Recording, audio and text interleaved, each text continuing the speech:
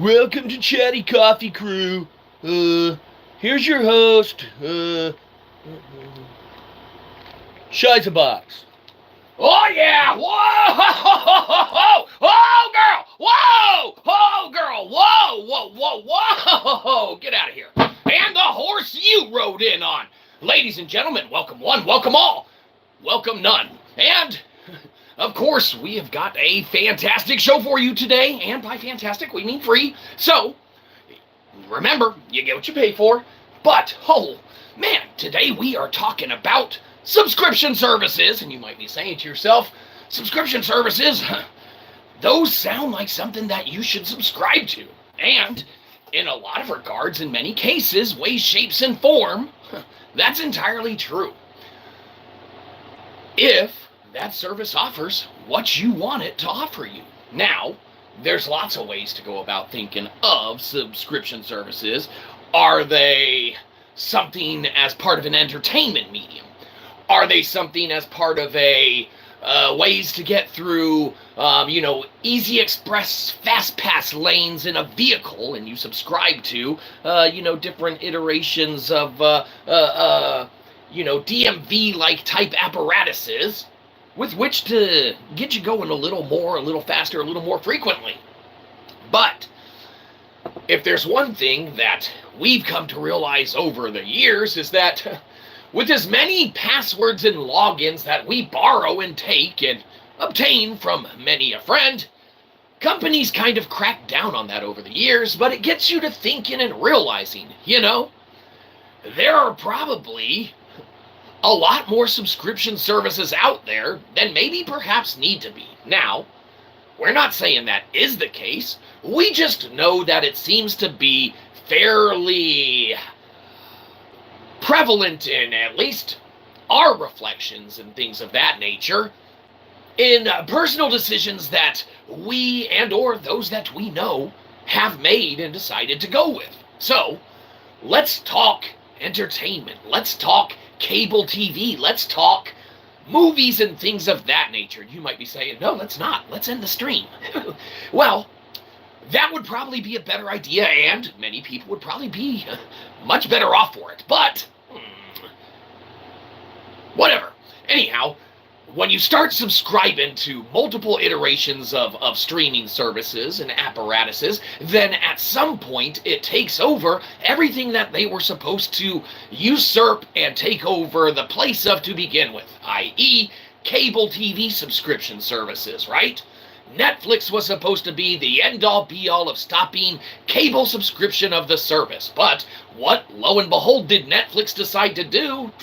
Jack it all up. And then, to follow suit, all of these other streaming services jumped on the market and, became a viable option for people to subscribe to, okay? For the low nominal fee of spending a lot of money on a recurring basis. Now, it's not a lot of money on a monthly basis necessarily, but if you've been a subscriber of the Netflix around the length of time that we have ourselves, I mean, hell, we've been giving that company money ever since they were sending physical discs and DVDs to folks in the mail. We've gone through them changing and screwing up their service over the years from pretty much close to their start. We weren't right around there. Netflix is new on the market. You should be a subscribing member. Same thing with Gamefly, stuff like that. You have all of these subscription services that began popping up. And their original goal was to be the new cable.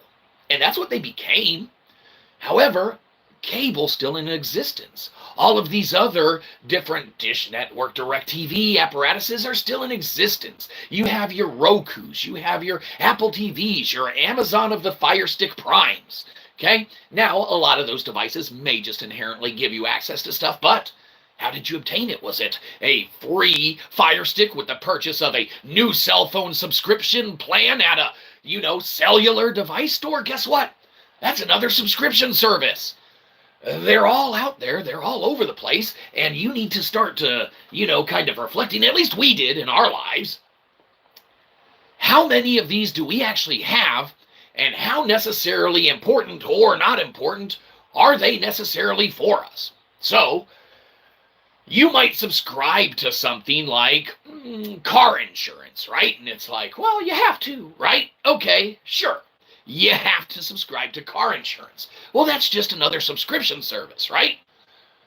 So, at what point do you think of subscription services as an actual service that you're utilizing versus just part of your regular life and routine? Some of them you may be pigeonholed into subscribing, like, subscribing to the IRS to give them money every time that you do a transaction or work not under the table, right? Daddy wants his cut. And believe you me, if we want our allowance from Daddy when we retire, we better give him a bunch of money now. Now! We've heard that if we were to have invested the money that we give him on the back end, it would account to, a substantially larger sum and amount and chunk of, fundage and stuff available in our retire years and whatnot. But, as long as it's for the greater good and the IRS is putting it to good use, well, I mean, that's a subscription service that, on a yearly recurring basis, we love subscribing to. It's like, subscribe to the service or go to jail. It's like, well, you had us at, give the government more money. I mean, geez. There's subscription services that are out there that are for your entertainment value. Like the IRS. It entertains your funds. Okay, not like the IRS, but there's other subscription services out there that you may choose to partake in or be, a part of or anything like that, such as the Netflixes, the Hulus, the Amazons of the Primes, right? But let's think about additional subscription services that you might join up for, be part of, and things of that nature. How about the subscription services to free applications? The subscription services to any game that you agree to the terms and conditions for blatantly without reading through them. Or if you even skim them, you're like, well, I want to play the game, so here's my soul. Now, we're not saying that these companies tie your soul into necessarily the contractual obligation that you inherently agree to as a contractual obligation with the company and entity, and it might surround and pertain to many things that pertain to the game itself or the thing itself as well. But the point is that there's the subscription services that come in and even if you're not paying for them necessarily, even if they are a free, application or things like that, you're agreeing to those terms and conditions, you just became a lifelong subscribing member. You know what it's like trying to get your information and everything back from those companies? Delete that shit. You still already agreed. They got whatever you gave them then, first and foremost. And you look at, the different subscription services that just mirror and copy each other as well. You got entities that just roll out the same ideas and piggyback off each other with the same ideas. When Netflix first was on the market, they were the commercial-free streaming service. You have all of these other entities that came out, your Hulus, your Primes, your Paramount Pluses, HBO of the Max. You had a variety and multiple iterations of things. You even had, what was it? CBS tried to do their own live stream, or not live stream, their own little streaming service. It didn't do too good. It wasn't around for that long. And there's a reason, because there are so many services out there that it inherently takes a entity like Netflix or Amazon or Hulu, Paramount. They need to have some stuff to them, content-wise, that gets the person going there, that gets the person asking their friends, like, hey, let me get your logon information so I don't got to pay for it myself, right? You're not supposed to do that, so you shouldn't and don't. We're not condoning that or saying that you should.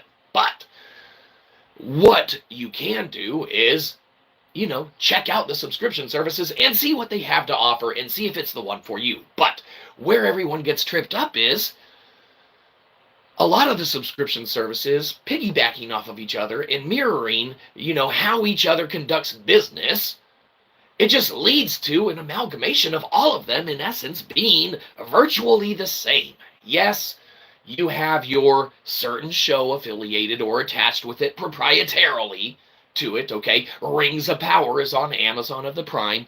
Doubt it's going to be available on Hulu or Netflix anytime soon. Now, sometimes how these entities work is they will pick up other shows that were fairly successful on other platforms because it's a bunch of backroom handshake deals. Presumably, we don't know. We weren't in the room when they were shaking each other's hands, or whatever apparatus gets them to, share money with each other. I mean, these are fairly big, decisions being made in the back rooms. We're not privy to information like that. You'll have to talk to the chief marketing executives that make those six-figure salaries at these streaming services that make the decisions like, hey, you know what? We'll take Netflix as an example. We'll pick on them for a minute. Netflix was sitting around there like, we were the first ones on the block. We run this shit. But if there's one thing that we don't want our customers to be, it's consistently happy. So, let's start greenlighting every single show that comes across our plate. At our height and the prime of our existence right now, let's greenlight every single show, especially a bunch of crappy bad ones. And then, lo and behold, a year or two later, it's like, whoops! Well, we had some excess budget and stuff like that, but, we spent it. And, of course, in greenlighting all these shows and the one or two that had a medium or notoriety of success, your Orange is the New Black, right? Might have won some accolades, might have garnered some folks' eyes to come to the subscription service, okay? That content you couldn't get anywhere else except Netflix, okay? You had to pay to play or know someone else who did. But, like we said, we don't know what that means. The point is that, Netflix invested in all these shows that were crap. They blew all of this budget that could have been utilized to do a variety of other stuff, and now where it sits is us as a consumer and a viewer. Here's what we've noticed about them rolling stuff out in the last bit. They have forced commercials into their streaming service, okay? Even if you were on a plan from a grandfathered in time and such as old boomers like us, have been, should have been, but no, they just nixed plans altogether. They said, here you are. You're now a member of the commercial world. Welcome back to regular TV or cable service subscription. All right? It's the exact same. Now it's just force-fed commercials injected into our streaming and into our viewing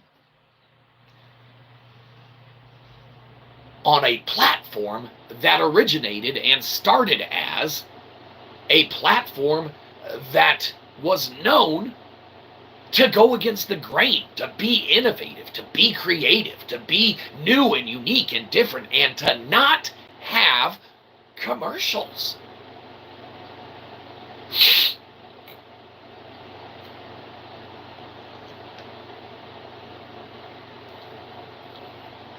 There comes a time where companies think that the answer is rolling out new ways to increase revenue, like getting companies to give them, the commercial sponsorships that would go into the programming on any viewers' programming they seek to watch. With that being the case, Netflix thinks that, companies giving them money, throwing money at them is going to solve their problems. Their problems originate in the fact that their content is extremely lacking now.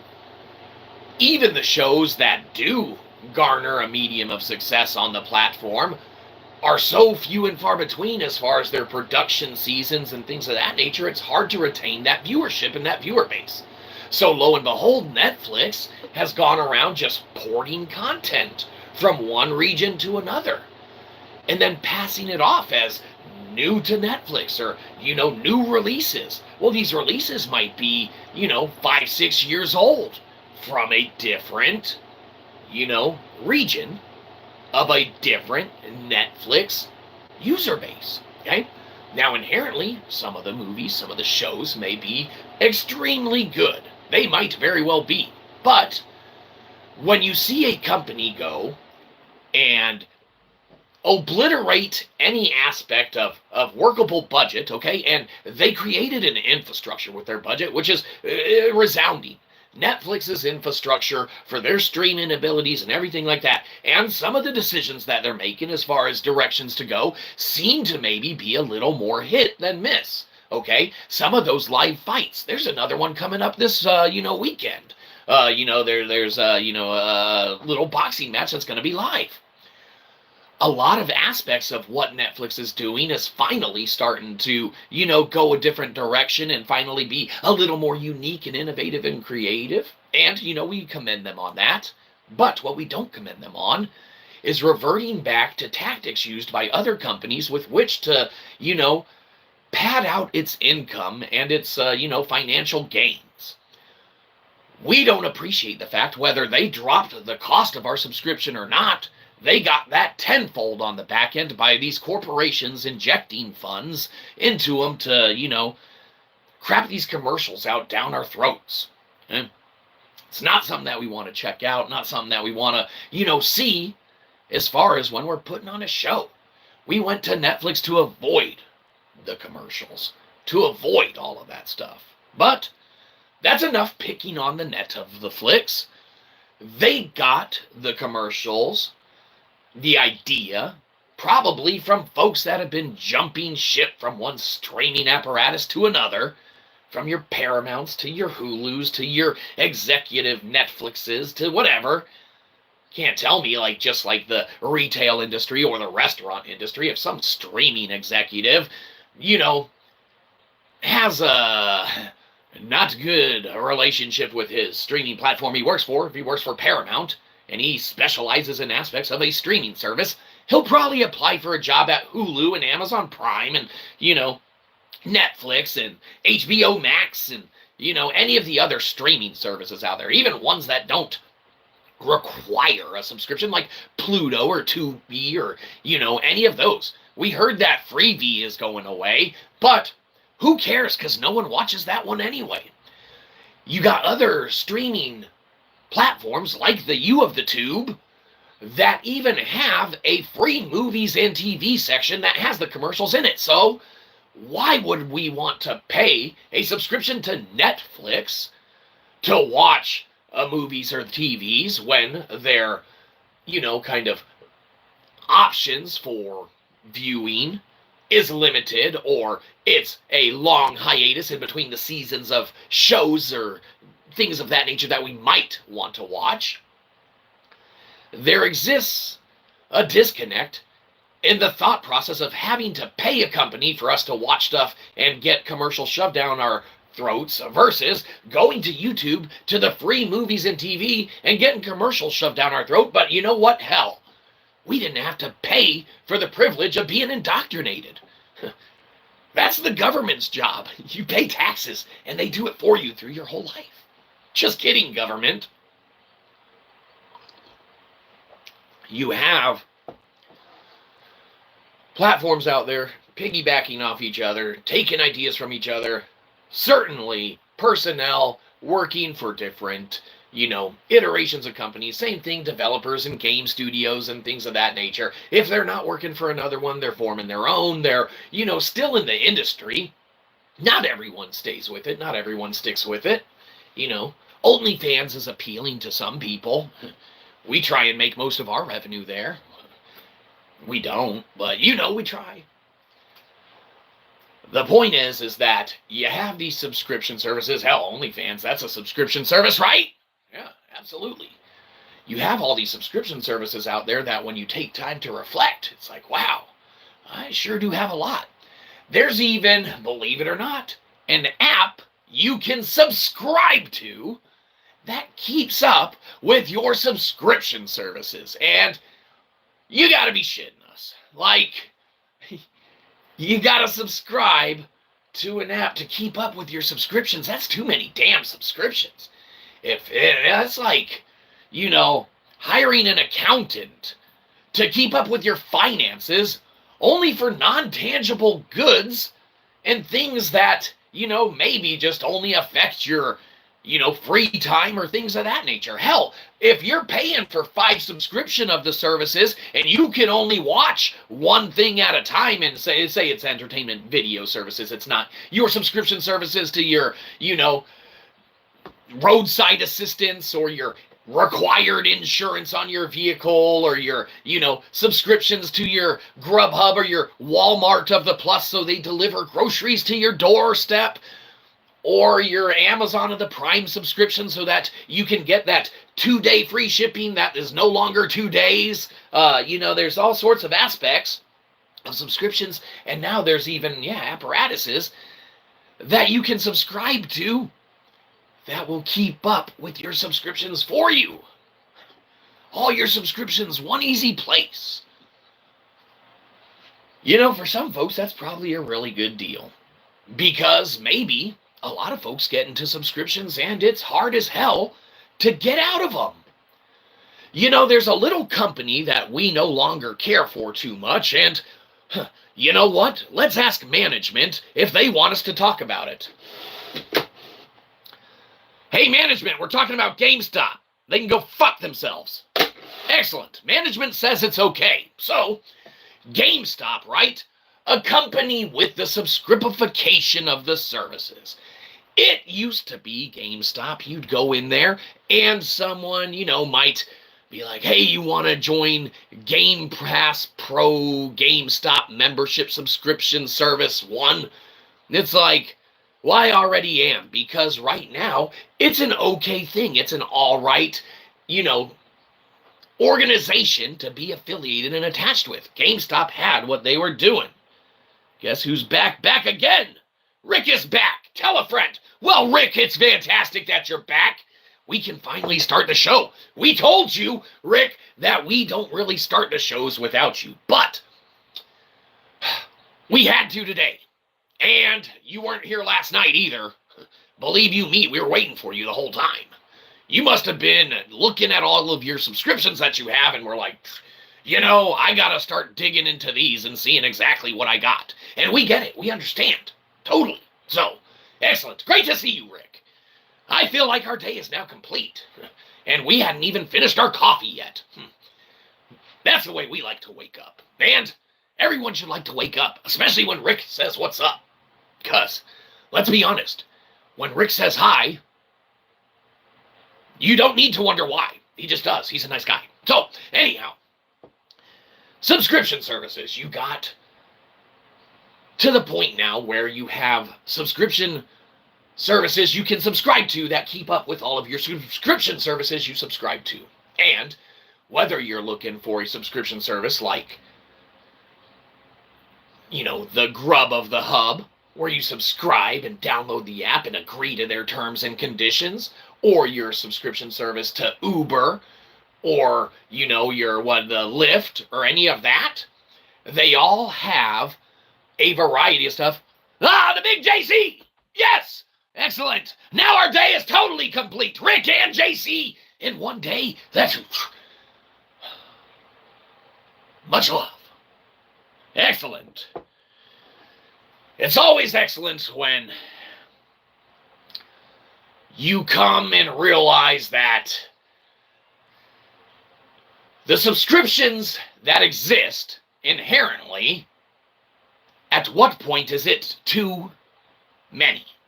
At what point do these services that compete for, your money, for your viewership, for your everything, at what point do you decide, I don't want Hulu, I don't want HBO Max, I don't want Paramount Plus, I don't want Amazon Prime, I don't want Netflix, I don't want Pluto, which I didn't pay for anything with that. You have so many options out there that if you forget to unsubscribe from any of these paid services, you're getting dinged. And if you're not utilizing it, you might as well be robbing yourself. Hell, we'd rather you... Well, whatever. Yeah, that's for you to figure out. It's a pain in the ass to unsubscribe from some places. Like we said, GameStop. We don't like them so much. They sold us broken shit and wouldn't let us return it, so we had to raise hell and cuss out a little kid that worked there. And believe you me, we let him have it. We filmed it and everything so that we could post it for clout. This was years ago now, but boy, do we hold and harbor a grudge. We let it go a while ago, but you know what? I think we're back hating them again. Whatever. Or we don't. It's GameStop. We just don't go there anymore for sure, and we definitely will take any opportunity to talk about how shit their subscription service is. So, GameStop, their subscription service used to be you go in there and it was an okay value. All right, their prices were reasonable. It wasn't a retail clothing store at that point or a KB toy store at that point. What's a KB toy store? I don't know. They closed down. You know what? Just like they tried to close down GameStop multiple times. And there's a whole thing with that on the back end that if there weren't other outside factors, we feel that it would have happened years ago. But the point is that before GameStop became a toy store, a retail outfit, anything like that, they were a video game store. Believe it or not, they sold video games. And they didn't try and cram them down your throat habitually as much as they do. You see how many, and like over the years, we don't even go there anymore. We haven't stepped foot in a GameStop and shit. It has to have been, probably 1 to 2 years. All right, the last one that we probably went to was the one that we, got that broken shit from, when we were heading out on a little tour back. I think it was when we opened for Black Flag and the Queers, which they forgot to put us on the ticket. And yes, we weren't necessarily inside the venue when we played, but still counts. So, how we got our celebrity status, really. But let's see these ones of chat that we're missing. We don't want to fall behind. What are we going to talk about, or is it just going to be about subscriptions? So today, it was mainly about subscriptions because we were thinking to ourselves, we're like, selves, we need to come up with something we can talk about for at least 10 minutes, and then, if someone shows up, we'll just totally change the show. So we'll talk about whatever you want to talk about. We're just not going to go change the thumbnail or anything like that, because that's work. So, yeah, fuck subscription services. That topic sucks. What do you want to talk about? Let's talk about anything else. Paint. What's your favorite color paint? No, go back to subscription services. Okay, fair enough. We can turn and shift on a dime. We want to talk about what the conversation is that talks and guides us. Green! Fantastic! We love green spray paint too. We even have some. Let's spray paint together. Now it's an art class. What would you like us to spray paint in green? How about a smiley face? Oh, hell no. Okay, a smiley face it is. Excellent. Now, all smiles here. Ha. Perfect. My name, Rick. Well, shit, Rick. We'll even put it to where you can read it, which means we gotta go reversies. Rick was here. Rick. There you go, Rick. Just for you, we even wrote that in reverse so that you could see it and not reverse. That's talent, Rick. When you've been spray painting stuff and crap as long as we have, and JC, well, shit. You know, Rick, you're right. How could we leave the big JC out of this? Oh, shit, hold on, backwards. Oh, man. That's probably right. Ah, it is right. Look at us go. Rick and JC running the show. All right, now we got to chat more. There you go. You guys made the wall. That's going to get covered up later. We're not constructioned yet. But, oh, man, has it come a long way. We've been constructioning poorly for, it seems like a long time now. And you'd be saying any reasonable good person at it would be done by now. But, well, construction is a whole new beast, and we have a newfound respect for everyone who partakes in all aspects of it. I mean, we always knew it was burly and hardcore, but man, you all in construction? Oh, Toast to you. This episode is now about praising construction workers for all the hard work they do. That is some hard work, construction workers. And we know you're probably not watching this right now because you're constructioning. You're up early in the morning. You're working hard. You're getting those hours in before the sun beats down on top of your self, you know? Because the sun does that when it beats down. Oh. A door technician? Well, Rick, you know there's something about being a door technician that always fascinated us. It seems like every time you finish one job, another door opens, and you get to do another job.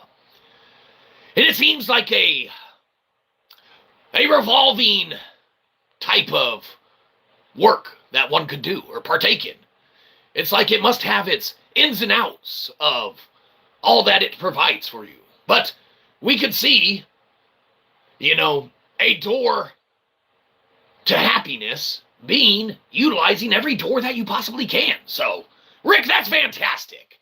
How are you at cracking safes? Those are doors, right? Don't worry about that. We'll try and talk to you after the show. Hey, feds, don't worry about it. Anyhow, well, good day.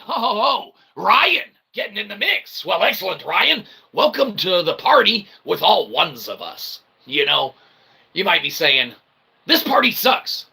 I shouldn't have come. Hey, we do that all the time. Just do the old-fashioned Irish goodbye and get the hell out of here. Like, I don't even know how I got to this one. Moo. I don't know. This place is crazy. Or it's not. Whatever. But we were talking about subscription services. We pivoted. We segued. Rick and the Big JC took over everything. Pretty much run the place now. Hold on. Management's calling. What do you want? We're on time. We're doing the show. Well, don't worry about it. Yeah, well, we're not done with construction anyway. It'll come off. They're not going to think it's Rick and JC's show. They just run the show, though. All right, management, stop ruining it. Jeez. I don't know what management's like at your job, Rick, if you work for yourself or not, but around here they think like they know how to run the place. And believe you me, if there's one thing management likes to think they know what to do, it's run places. Crazy, right? Anyhow, there's a 5,000-pound door at our hydroelectric dam on Lake Lanier. Holy moly ravioli! That's a 5,000-pound door, Rick! Can you open that one by yourself? I'll bet you can. Rick is super strong. And if there's one thing we realized, it's that when Bob was helping us with construction, thanks a lot, Bob, high five, he really was able to carry most of the stuff by himself, but some of that was too heavy and it ripped his arm off. So then we had to help him with the rest of it, and good thing he was still able to lift half of it, because that shit was heavy. But a 5,000-pound door, that sounds heavy as well. So don't lift that by yourself. You should probably use like a crane or get like a couple people to help you, like big strong dudes. Like that episode of Malcolm in the Middle where Hal finds all those muscle dudes that, had dropped their keys down the drain. And then he helped them. Then they helped him. And inevitably, it became a symbiotic relationship surrounding everything it surrounded. I don't know, it was awesome. Malcolm in the Middle was great. We loved it. We would subscribe to a subscription service to see that. But you know what? That's a whole different topic or story or conversation for another day. Like when we talk about subscription services. Oh, shit. Now I forgot we started off with that. That's our bad. That's our bad. Let's get to these ones of chat coming in so we don't get too far behind. Sorry, we get a little long-winded sometimes. Survive a nuclear bomb? Well, a 5,000-pound door surviving a nuclear bomb, that sounds like a pretty good chance that it could. Now, we haven't scienced it out, but that would be interesting to see if they did it properly. Rick, do you know if they did that shit properly, or did they jack it all up? If I were getting a door put in, I'd just call Rick. He's an actual door technician. what they call all these people. Hey, we got a 5,000-pound door. Why don't you come lift it, muscle man? Like, no way, I'm getting Rick. He at least knows what he's doing.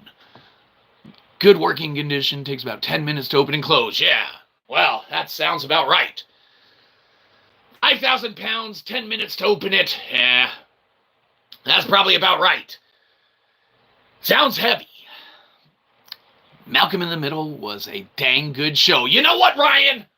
It was a dang good show, and we're glad that you agree with us, because if you didn't, we'd just be agreeing with ourselves. But obviously, because ones of other people have stated it, it is now completely factually true and correct. Now, liking a show might be subjective, and it may not necessarily equate to what critics say and agree on, but, you know, Malcolm in the Middle was great. And, if anything, you look at what Bryan Cranston's career went after that, it showcased everything he could do as an actor. Dude's been in some crazy stuff. Awesome actor, awesome abilities. A little wonky on his, social side and whatnot, but to each his own. Anyhow, let's see the other ones of comment that have come in. You guys, you make this show what it is. We'd still be talking about how much we are mad at GameStop. But, it's great that you guys can take our minds off of how much we dislike that company. Because, believe you me, if there's one thing that we could talk about a long time for, it's how much we don't like GameStop. Real quick, before we read that new ones of comment that came in, we have to finish that GameStop story of the subscription service. I'm sorry. Real quick, we're back to subscription service talk just for a sec. I just got to make one point that I was starting on, and all ones of the viewers out there are like, get back to that story. They already forgot, but they'll remember. GameStop Pro, the subscription service, is such a pain in the ass to unsubscribe to. You need to read that fine print on your receipts, because you need to unsubscribe from that thing like 7 to 14 days out in advance from its recurring subscripification. It is painstaking. We ended up calling representatives on their 800 customer service line multiple times. We were lied to by them a couple times just to get us off the phone. And they were trying to point us saying, no, you can unsubscribe from this or that, from, the app, or you got to log in directly off a desktop website. Stuff didn't work in the app. It was ridiculous. It was a pain in the ass. It could be fixed now, but unsubscribing from GameStop Pro membership that we want nothing to do with anymore in any way, shape, or form. We didn't even want anything to do with it for a good while, but, this was a couple years ago now. This is a pain in the ass to unsubscribe from. So if you do have a GameStop Pro membership and you are thinking of, stopping it, you better be aware of when your renewal dates are and things of that nature, and you better hit that timeline window of when you have to notify them of or buy prior to it being, reblasted out of your account. So, anyhow, sorry, we digress. Let's get back to that ones of comment. Army Corps of Engineers, solid steel. Yeah, absolutely. Yeah, those dudes really know what they're doing in that Army Corps of Engineer. And it's probably a good thing, because a lot of people rely on them inevitably for, making and doing stuff. So it's good they know what they're doing. Just like our buddy Rick. Rick's a door technician, and if there's one person that we know can open and close doors on, almost anyone's entire career, it's Rick. That's why we needed him to open the door here, so that our celebrity status becomes what it is. The ground floor crappiest celebrity ever. We're not good. Everything else you watch is going to be better than this, okay? But, we get the moniker and status associated and affiliated with it. So, there you go. Anyhow, let's get back to these ones of comment. Kind of like a bank vault door on steroids. Well, that sounds absolutely crazy. But when you think about it, absolutely, is what's needed. If you're designing this to survive a, nuclear blast, and it is attached to a life resource, okay, one of the food, water, shelter, air, whatever, clothes. Who needs those, right? Oh, YouTube needs those. Sorry, YouTube. We'll keep it on. You have, yeah, I mean, everything designed around it. Army Corps of Engineers, the weight, the, pre-planning and everything that went into it and such. Rick could probably tell you about it better than us. As, he could probably tell them how to do it better. But it's quite a feat, man. A 5,000-pound door lifted. Hell, some of these other, towering infernal blocks makes you really wonder about ancient history and things of that nature with these megalithic structures and all these super heavy blocks and things of that nature that would be, virtually, logistically a nightmare in modern times with the tech and the, available equipment and vehicles and things of that nature to even construct or get things from point A to point B. Crazy stuff. Megalithic structures and ancient history. There's some rad stuff there. We wish in college that we did a little more focus on that area of study, but, whatever. Anyhow, let's see. Hydroelectric dam that controls the flow of water from, lake to river. Yeah, so absolutely. So, in a time of disaster, anything like that, you're definitely going to want to control, the waterways, the means of, water coming in and out of places. Definitely one of those things you want to kind of protect, especially if people have, migrated and lived downriver and downstream. You open up the floodgates and it's not going to be too great. So, absolutely. Look into the Bulford Dam, Lake Lanier, Georgia. Hey, all right. Well, right on. Yeah, there's, I'm sure all sorts of stuff there. We've seen a couple documentaries on stuff as well, Big JC, on, obviously, mostly the Hoover Dam, things of that nature. You always see, the construction. It's always fascinating stuff. Absolutely. But, one thing that, we were unaware of, and that is good to know, is that these other places exist that you can learn about as well. That, if there is a natural disaster, you better hope you make it there in the 10 minutes it takes for that thing to close and be on the other side of it before a nuclear blast. We're all living the game Fallout now. Who wants to be a ghoul? We don't really want to, so we'll try and live on the other side, but, we're probably ghoulish enough as it is. Anyhow, let's see these other ones of comment. Looking at the doors for giants from Tartaria. Well, you know what? There's some fascinating stuff there. And if there's one thing that we would love to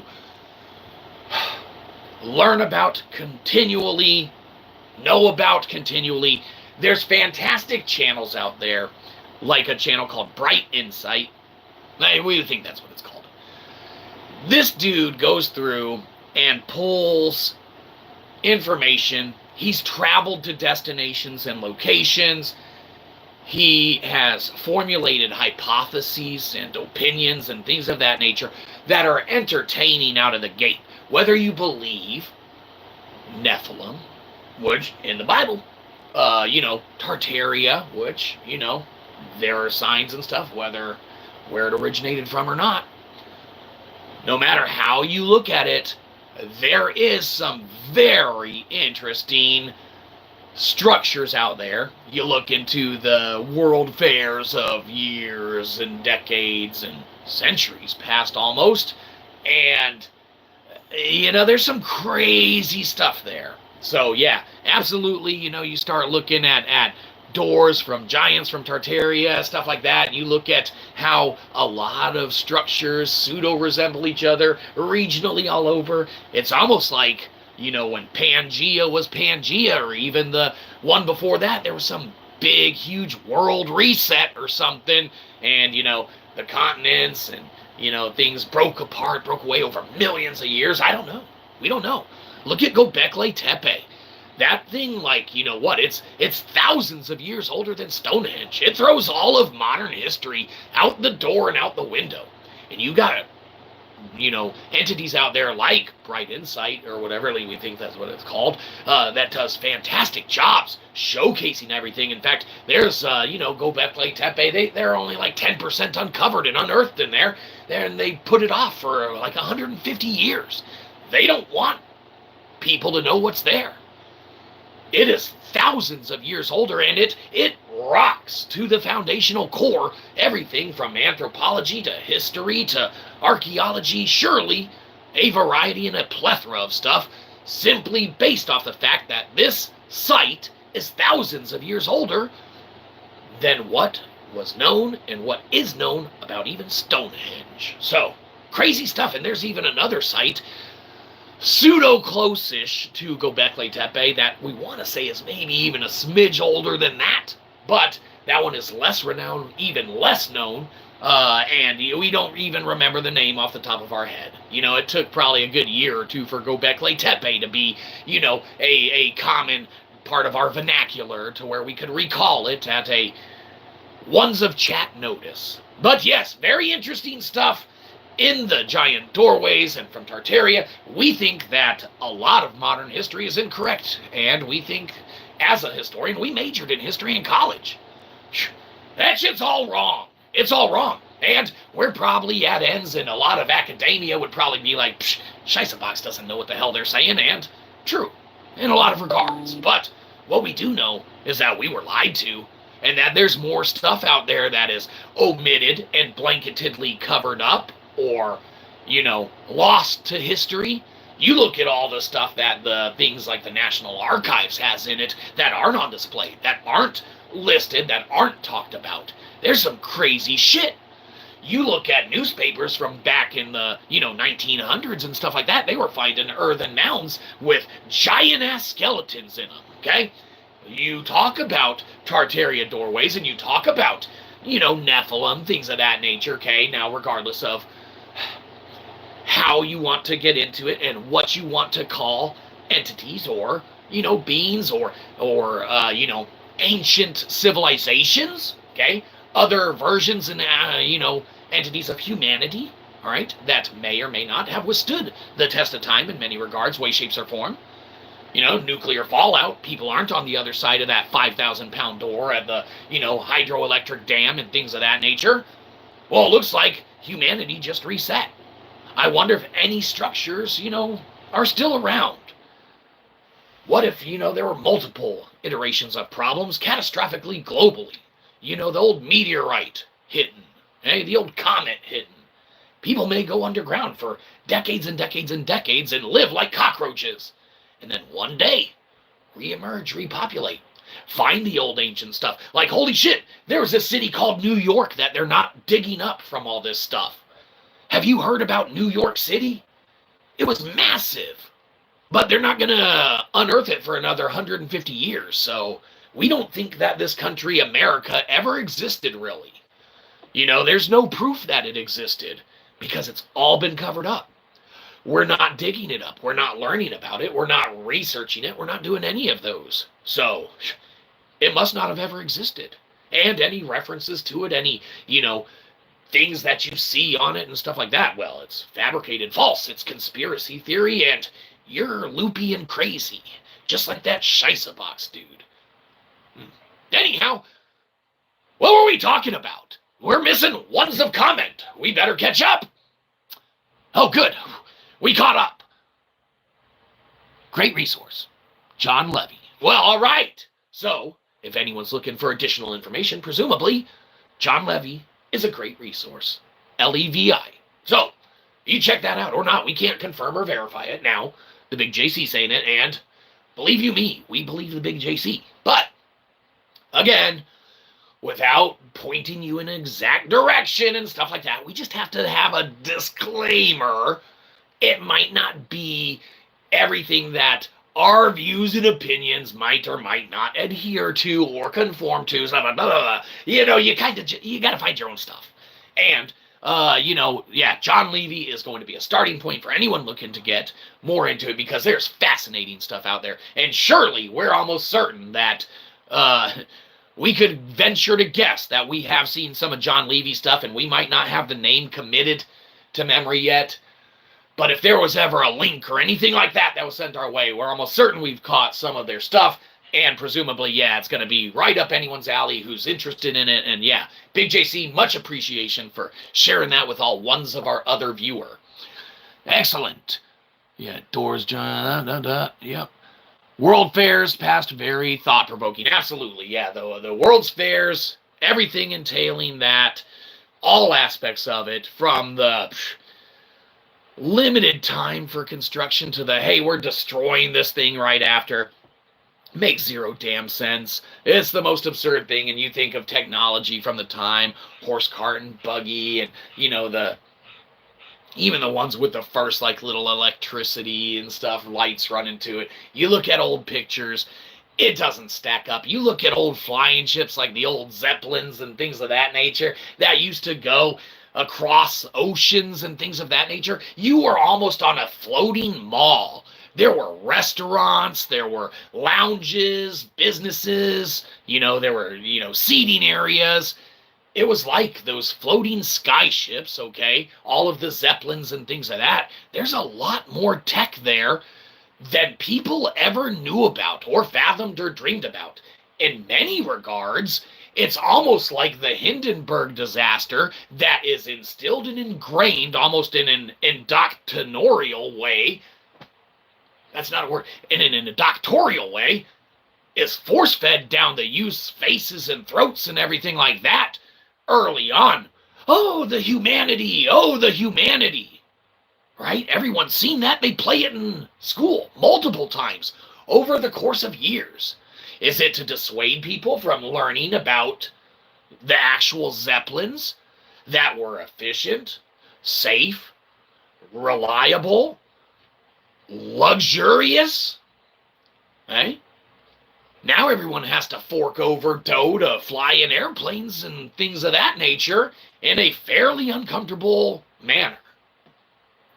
There's a difference between floating across the ocean in a shopping mall and a hotel and everything, or streaking across the ocean in a jetliner with turbulence and pissed off, folks that, don't want to be squished between people like us. Like, man, I shouldn't have got a middle seat. Shyzabox is next to me, and fucking, he's on the other side of me too. How's there two Shyzaboxes? Anyone annoying can be a Shyzabox. It doesn't matter.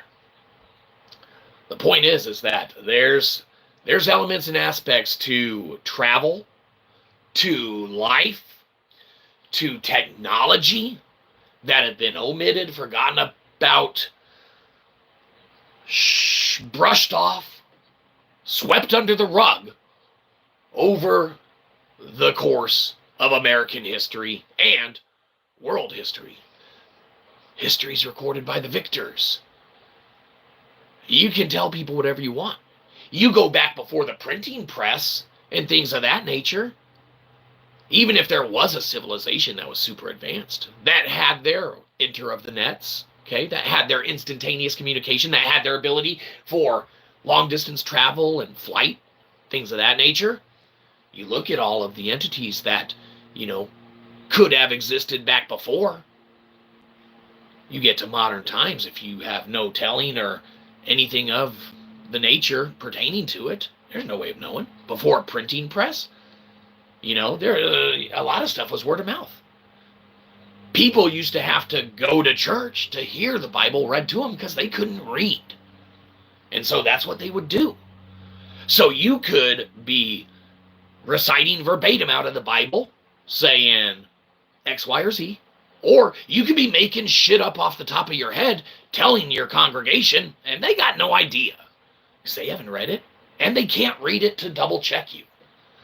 But when society and everything gets to the point where we can start noticing and we can start talking and we can start mentioning other sources to check out, like John Levi, L-E-V-I, Levy, I don't know, however you pronounce it.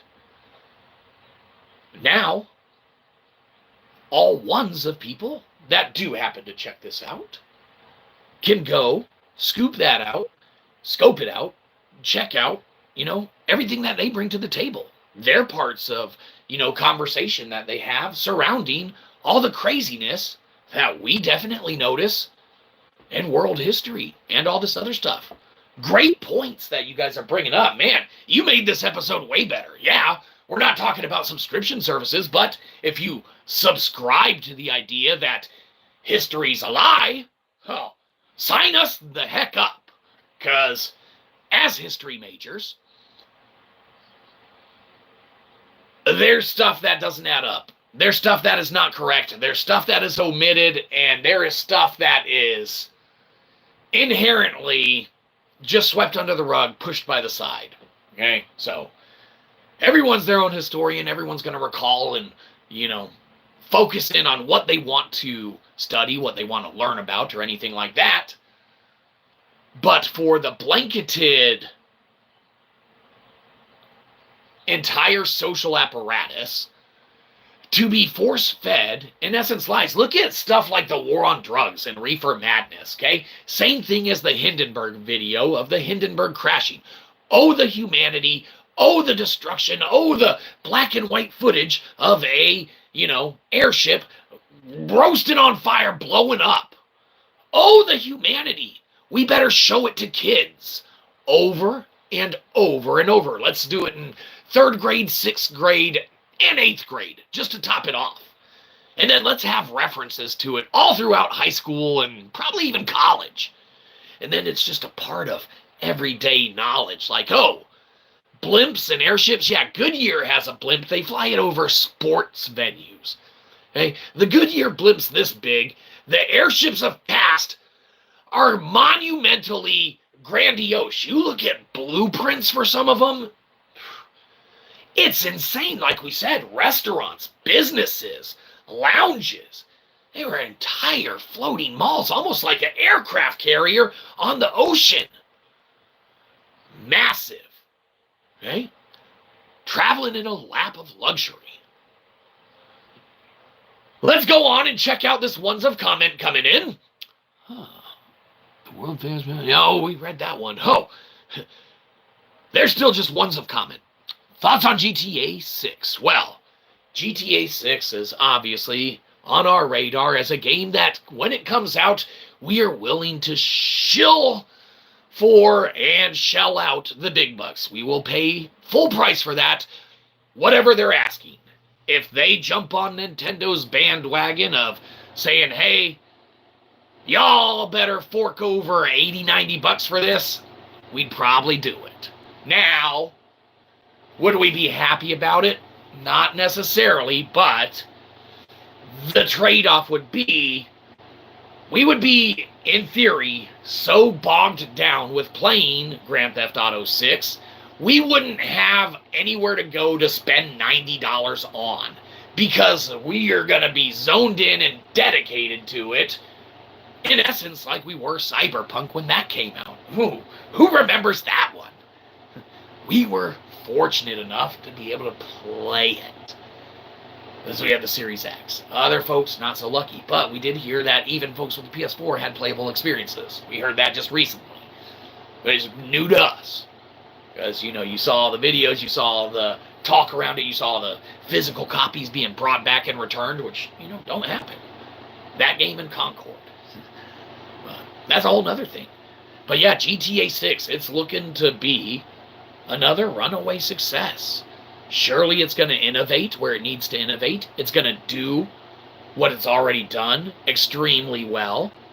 And it's probably going to push some boundaries and limits on all the, graphical world that's out there.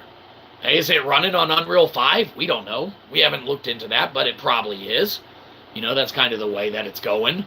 Or they maybe have their own engine entirely and we're just completely off the rocker and, don't know. But the point is that no matter what engine it runs off of, if Rockstar is able to do with it what they've done with every iteration of game that they've put out before, even their smaller games, even, games that didn't garner as massive success and following, things like Bully and, games like that. Did they do the Warriors? Rebellion? I don't know. Whatever. Rebellion's a great studio too, man. Little studio puts out all sorts of stuff. But the point is that, yeah, it's going to be solid, it's going to be complete, and surely we are going to be, jumping on that one out of the gates, and, we won't even look back at what the cost of admission and the price of entry is. Now, Borderlands 4 coming out, we don't care about that game. We're not going to pay any price of admission, minus a $5 to $10 clearance price in about 3 to 6 months, when it's on clearance for about $5 to $10. Then we might play it for a little bit, or if it hits Game Pass, maybe we'll download it and play it then. But we're looking forward to Grand Theft Auto 6. Borderlands 4 could already be out, and we don't even know, because we don't care. So yes, Grand Theft Auto 6, we are looking forward to it, looking to be phenomenal. And if we want to pivot and talk about games and subscription services, let's talk about some of the subscription services that are on the market now for games. You got your Game Pass. You got your PlayStation Plus. You got your Nintendo Switch Online. You got your Meta Plus, okay, MetaQuest Plus subscription. You have even subscription services that you can utilize for mobile gaming, like on the Google Play apparatus and stuff like that, right? Or one of those in their little storefronts. Apple probably, presumably has one too, where you shell out a monthly fee and get access to a variety of games that are on there. You don't have to continually re-buy them or re-download them, anything like that. So, as far as entertainment goes, not only do you have your video services with TV and movies, Netflix, Hulu, Prime, you have your game companies now that for years have been raking it in, strictly off of having an infrastructure. Some do better than others. Some have better offerings than others. You look at PlayStation Plus when it first came out, the way that they broke up their games on what was available, wasn't available. There's a lot of confusion to it. There was disappointment in the offerings. There were things on there that probably shouldn't have been on there, and things that weren't on there that should have been, from their entire intellectual property library at their fingertips. But one aspect of it that, remained true is that you had access to some games on there and you subscribed to it. Nintendo Switch Online, a little different, because you're paying for the privilege to play with other people online. But when PlayStation charges you to do it, when Xbox charges you to do it, they can charge you to do it. The only ones that have, dodged that in its entirety, with the exception of the PS3 generation and the PS2 generation. You had to get that modem, attach that shit to the back, play some SOCOM 2. SOCOM 2, not SOCOM 1. SOCOM 2 on the line. You could dive into any of those and have a time with it. But with the exception of them, with the exception of PC gaming, now you're paying to play. And on top of paying to play, you're paying even more to play. So there you go. Anyhow, we got this much left. We're going to pretty much chug it, so feel free to interact with a real internet celebrity. Yes, a crappy one, but now's your chance.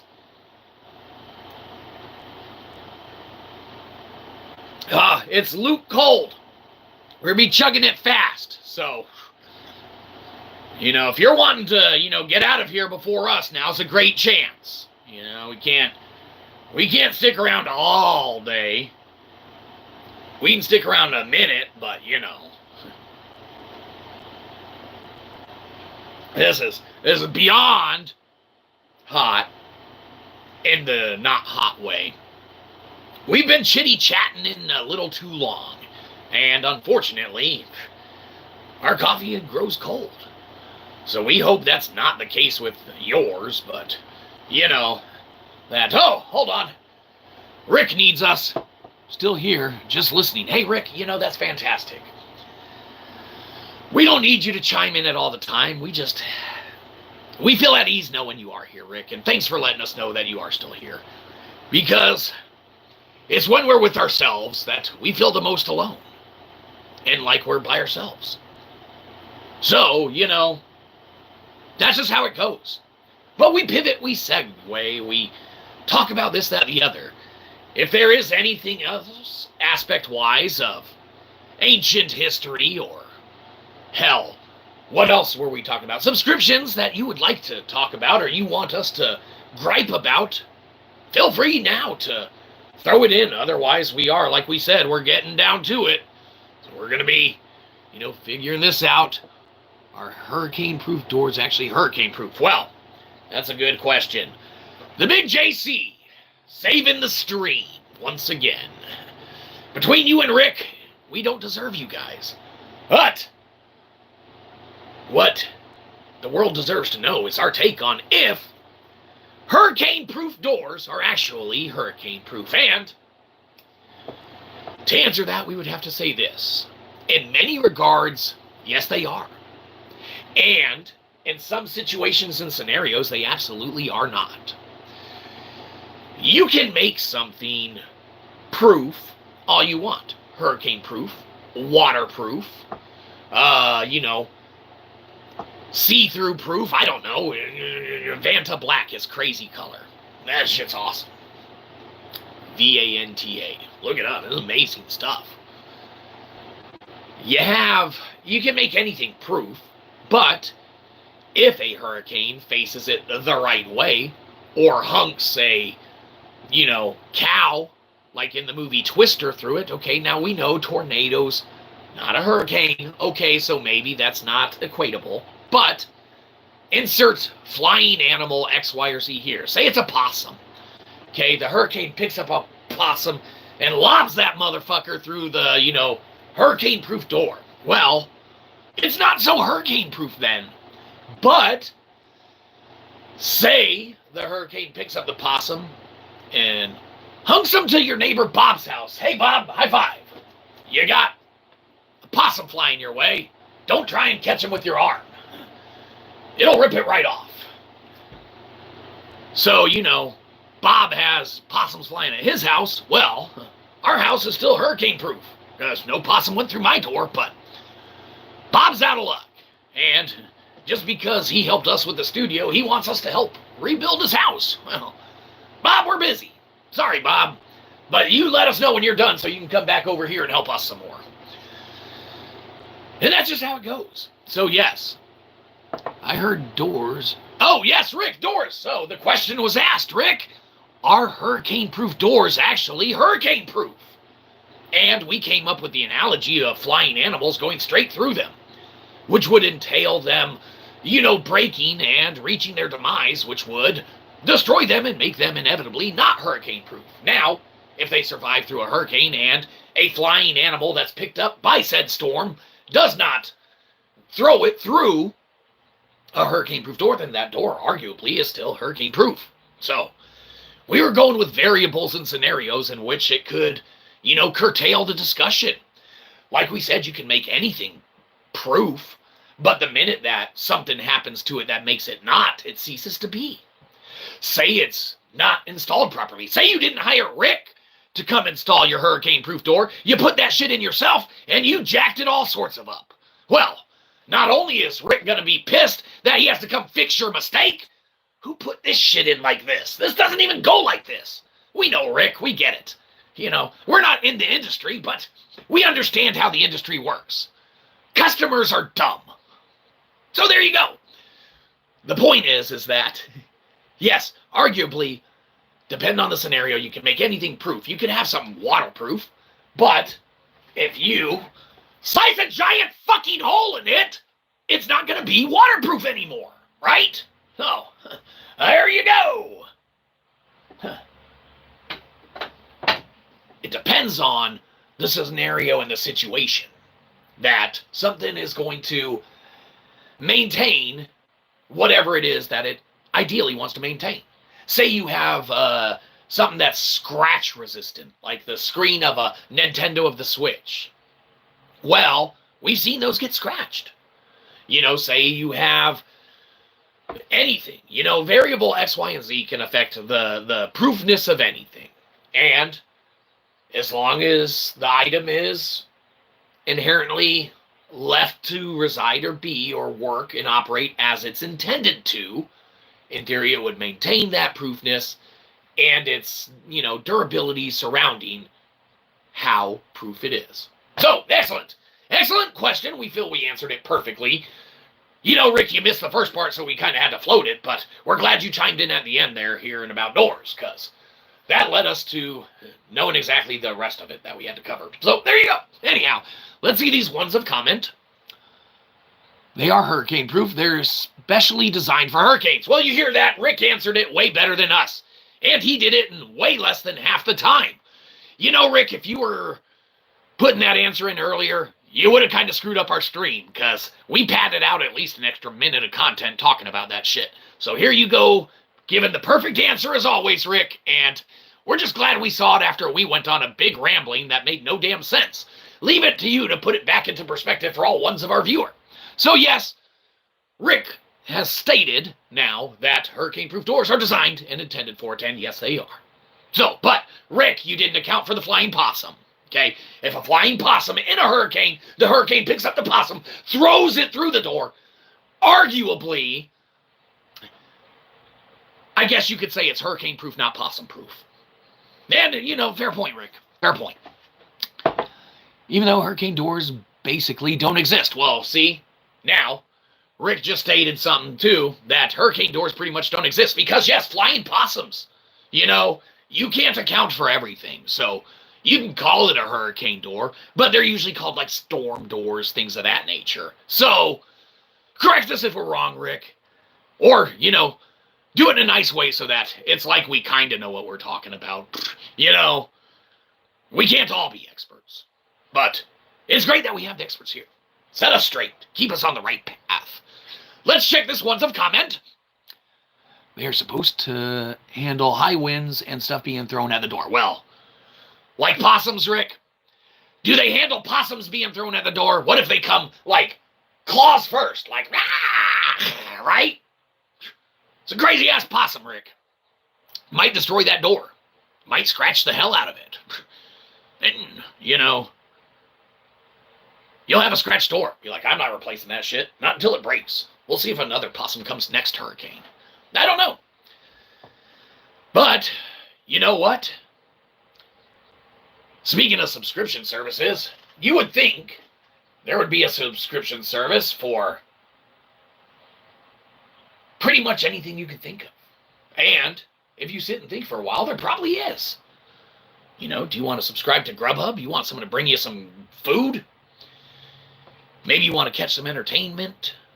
Subscribe to some TV viewing apparatus, things of that nature. No, you want to go grocery shopping, but you don't actually want to go? Subscribe to Walmart Plus Assists. They bring that to you. Crazy stuff. Hurricane-proof doors are specially designed doors that are built to withstand the high winds and impact of a hurricane or severe storm. Excellent, Rick. Yes. So, there you go, the big JC. Rick has set us straight on all the ins and outs of hurricane-proof doors, and we would like to say that it has definitely added an extra 5 to 6 minutes of content to this, and we appreciate it. So, fantastic. 1 million subscribers, here we come. Any decade now. Man. Huh. Crazy how time takes for fucking ever. Anyhow. Oh! We're out of coffee now, so it's about time for us to go. I know that it's a sad point in time in the stream, so feel free to touch us through the computer. Yes. Okay, just for a sec. Okay, that's enough touching.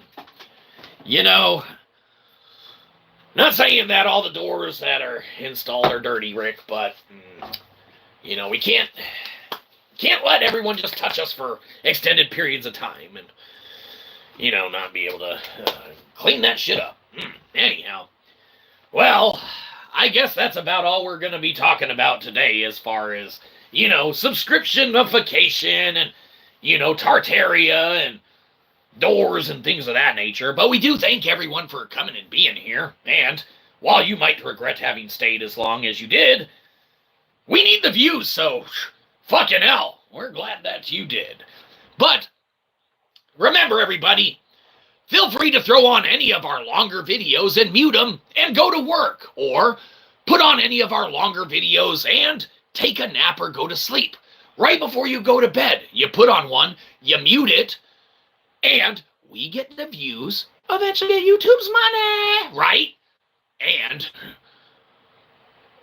we cash in. See? That's how it works. You don't gotta watch the crap. You know?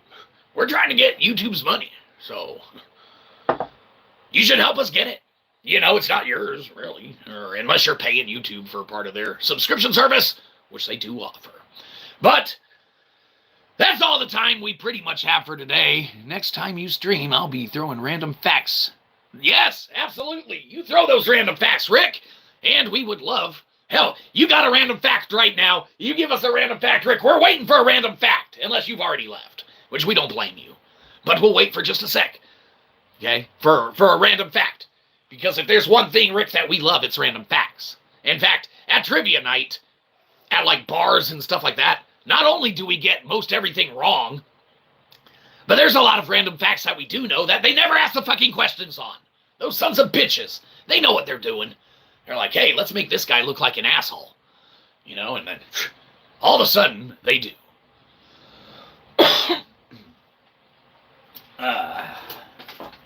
Yes, we will wait for your fact, Rick. We will wait for your fact. And now that we're out of coffee, it's not really chatty coffee talk. It's chatty water talk. But, you know, it doesn't matter. You know, having coffee isn't a prerequisite or a requirement. Yes, it's in the title and the name of, you know, this segment or endeavor when we do this. But you can have tea. You can have Kool-Aid juice, water, soda pop, milk, pretty much whatever you want. You know, you don't even have to have a drink at all. But what we like to have on hand is a drink. Because A, we get kind of parched on occasion, but B, we loves coffee. So we usually has it in the morning. It's like, you know, if we're going to be having coffee by ourselves, we might as well be having coffees with ones of other people. I mean, why not? We used to watch this one dude sit and smoke cigarettes in the morning, and he would like stream every day for a while. He stopped, but like 10 minutes, and we just happened to correlate and line up with him. It's like, this dude's just having a cigarette break. But he was a rad dude. We don't even remember his name, but he was pretty rad. Anyhow, let's see. Since I can't think of one, I'm just going to throw a Star Wars one at you for no reason. Entirely fine, Rick, yes. Random Star Wars fact it up. You know, we know that you had asked about Rogue One the other day. If you're going to random fact ask us about the budget of that movie, we would have no idea. But we did, like we said. Rogue One's a good one. We enjoyed it. But we'll take any, yes, random Star Wars knowledge that you feel like disseminating to all ones of our viewer base. And believe you me, they'll be like, well, thanks, Rick. That was an awesome fact. Or they'll be like, oh, I already knew that. I don't know. Let's see. Here it is. Still can't think of one. I'm just going to talk about the black wing virus for a bit. Well, okay. Excellent. So, it doesn't have anything to do with Star Wars, and we kind of talked it up for our audience, Rick. You kind of let us down there. Not gonna lie, Rick. You said we were going to get a Star Wars fact, and, you know, we told people, get ready, sit back, you're about to be Star Warsified. We even brought up Rogue One in a past stream.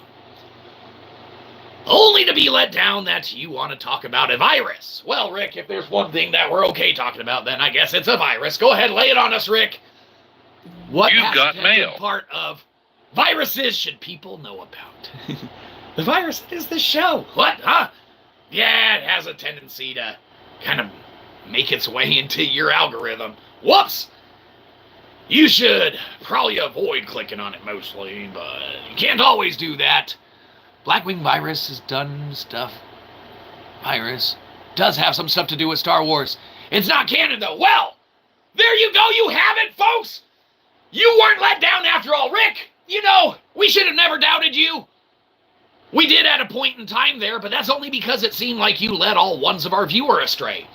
And we're gonna say, Rick, you know, if you lead all ones of our viewer astray, how are we ever gonna get more than 2 viewers? And believe you me, the fact that you didn't lead us astray, you put the whole stream upended, Rick. And believe you me, it's better for it. Fuck it. You know what? Back to Rick and JC. Yes. The big Rick, the big JC, holding it together and running it. You know, so, yes. The Blackwing virus is not canon. Well, lay it on us, Rick. What is the Blackwing virus? Why should it be canon? Because holy shit, if Star Wars universe and people at Disney haven't jacked up everything that they've been doing with that entire franchise for the better part of half a decade, well, they need to figure something out, Rick. You know, maybe they should hire you to fix the doors of that fucking company to, you know, get it to where they start cranking out stuff that's worth a shit. Because there's some bad stuff that they've done, Rick. We're not saying all of it's bad. We're not saying there's not even some good aspects of elements that might or might not have been done in the last, you know, half a decade. But, you know, there's some crap. So, Blackwing virus, also known as the sickness, is a viral agent present in the Star Wars franchise. It is an infectious agent that was accidentally created while working on an experiment. Well, that sounds a little too close to home in the regards of some of the stuff we've heard about, some crazy stuff, but that's not what this channel's about or talking about. But that is insane. So, the Blackwing virus, not canon in the Star Wars universe, but if you subscribe to the idea that it exists in it, or it could, or it should, well, you got a whole new storyline, a whole new plot line, a whole new baseline of characters that you can go through. Maybe some Jedi agents are dispatched to contain the virus. Maybe one of them gets infected with it and falls to the dark side because it destroys their grip on their humanity and reality. Well, that's fantastic stuff, Rick. It should be canon. Whoever wrote that should have probably written the last 2 or 3 shows they've cranked out at Disney. Jeez, you know, it's like Star Wars wanted to take a billion-dollar money-printing entity and apparatus and go, you know, guys, fuck money. You know, and then it's like, let's crank this out. That's what they did. So, excellent. Let's see what else we got. To revive necrotic tissue in a secret research facility on Dondoran. Well, that sounds like a lot of that stuff that could have been tied into Anakin Skywalker becoming Vader at some point in time or another, if you were to do some type of viral infection there. Now, obviously, that's more like mechanized robotics kind of, you know, tech and stuff like that. But, I mean, it seems like the possibilities are endless. You could go almost anywhere with a Blackwing virus, and inherently, it'd probably be pretty remarkable, you know, to have a new storyline, a new point of, you know, entry to the series or to the, you know, intellectual property that isn't centered around crap. Stop trying to retell stories that have already been told. Stop trying to re-put out stuff or make new stories that fall completely by the wayside and have no inherent, you know, need to even be in the, you know, universe in itself. They've taken ideas of crap, and it's like Disney wanted us to enact an episode as a one-man show. Watching this is the equivalent, probably, of watching some of the Disney shows, only this, you can at least maybe sometimes interact with and potentially not want to, you don't necessarily hate yourself for watching at the end of it. You might be confused as hell. You might not understand what you just witnessed or why you witnessed it, why you sat through it the entire time that you did, or any portion of time that you did. But, believe you me, you try and sit through some of that Star Wars stuff that they've rolled out the last, you know, half decade, and, geez, You'd be unsubscribing from Disney Plus sooner than you could say, unsubscribe me from this shit. This show sucks. So there you go. But yeah, no, it'd be phenomenal. Well, we know you're not finished, Rick. You can only put so much stuff in at once. And believe you me, we're doing okay keeping up with the ones of chat. So you just lay it on us as it comes in. We know you're not finished. We know there's more. There's more to this Blackwing virus. There's more to this element of the Star Wars universe that isn't canon. Okay? We gotta lay that out first and foremost. Yep, this is not canon. These are hot takes. Hot takes in the new Star Wars chat. Yes, this episode is mostly about, subscription services, but now it's about Star Wars and modern Star Wars, what it's lacking. It's not going to reflect in the, thumbnail or anything like that, because we're not changing anything, but now we're talking about Star Wars. So, how many words per minute do you type, Rick? Because we're still waiting on that additional information. Now, we're not saying that the hunt and peck method isn't okay, but we're running out of stuff to say, Rick. So, you're kind of floating the episode. We're going to have to start chatting again. Hold on. We hate to do it to you, Rick, but if you're not typing fast enough, then we got to float it with our chat. So, oh, well, shit, Rick. It looks like now it came in. We shouldn't have turned our back. Oh, well, too late now. TK-329 was a male stormtrooper in the service of the Galactic Empire during the year 1 BBY. TK-329 was being very open about his experiences with the Empire when he was perpetuating Imperial propaganda. Well, that sounds like even more interesting than anything Disney's rolled out in the last half-decade. Rick, I say we greenlight this project and do it immediately. And by do it immediately, I mean I can do a one-man show reenactment, but let's be honest, Rick, it's not going to be that good. So you better be writing on the fly, and you better be writing fast, Rick. I don't know if you got to just break it up into maybe two different, chats and stuff, but, when we run out of stuff to say, we run out of stuff to say, and it's like, what the hell are we watching? How are we going to retain these ones a viewer that we get? We got to keep it moving and rocking and rolling. That's what we do here. Not well, but, what you gonna do? Anyhow, let's see this other ones of comment. If it's from Joey, it's a no-y. Public service announcement. Thank you, the big JC.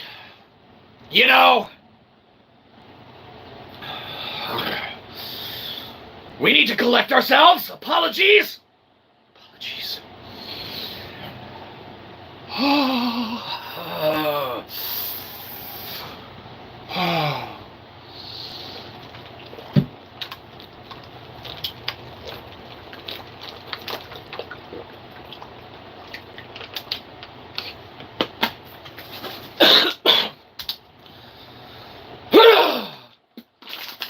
If it's from Joey, it's a no-y. That is absolutely true. Joey's milk. Disgusting. If there's one thing that sets us off in any stream, it's the mention and the bringing up of Joey.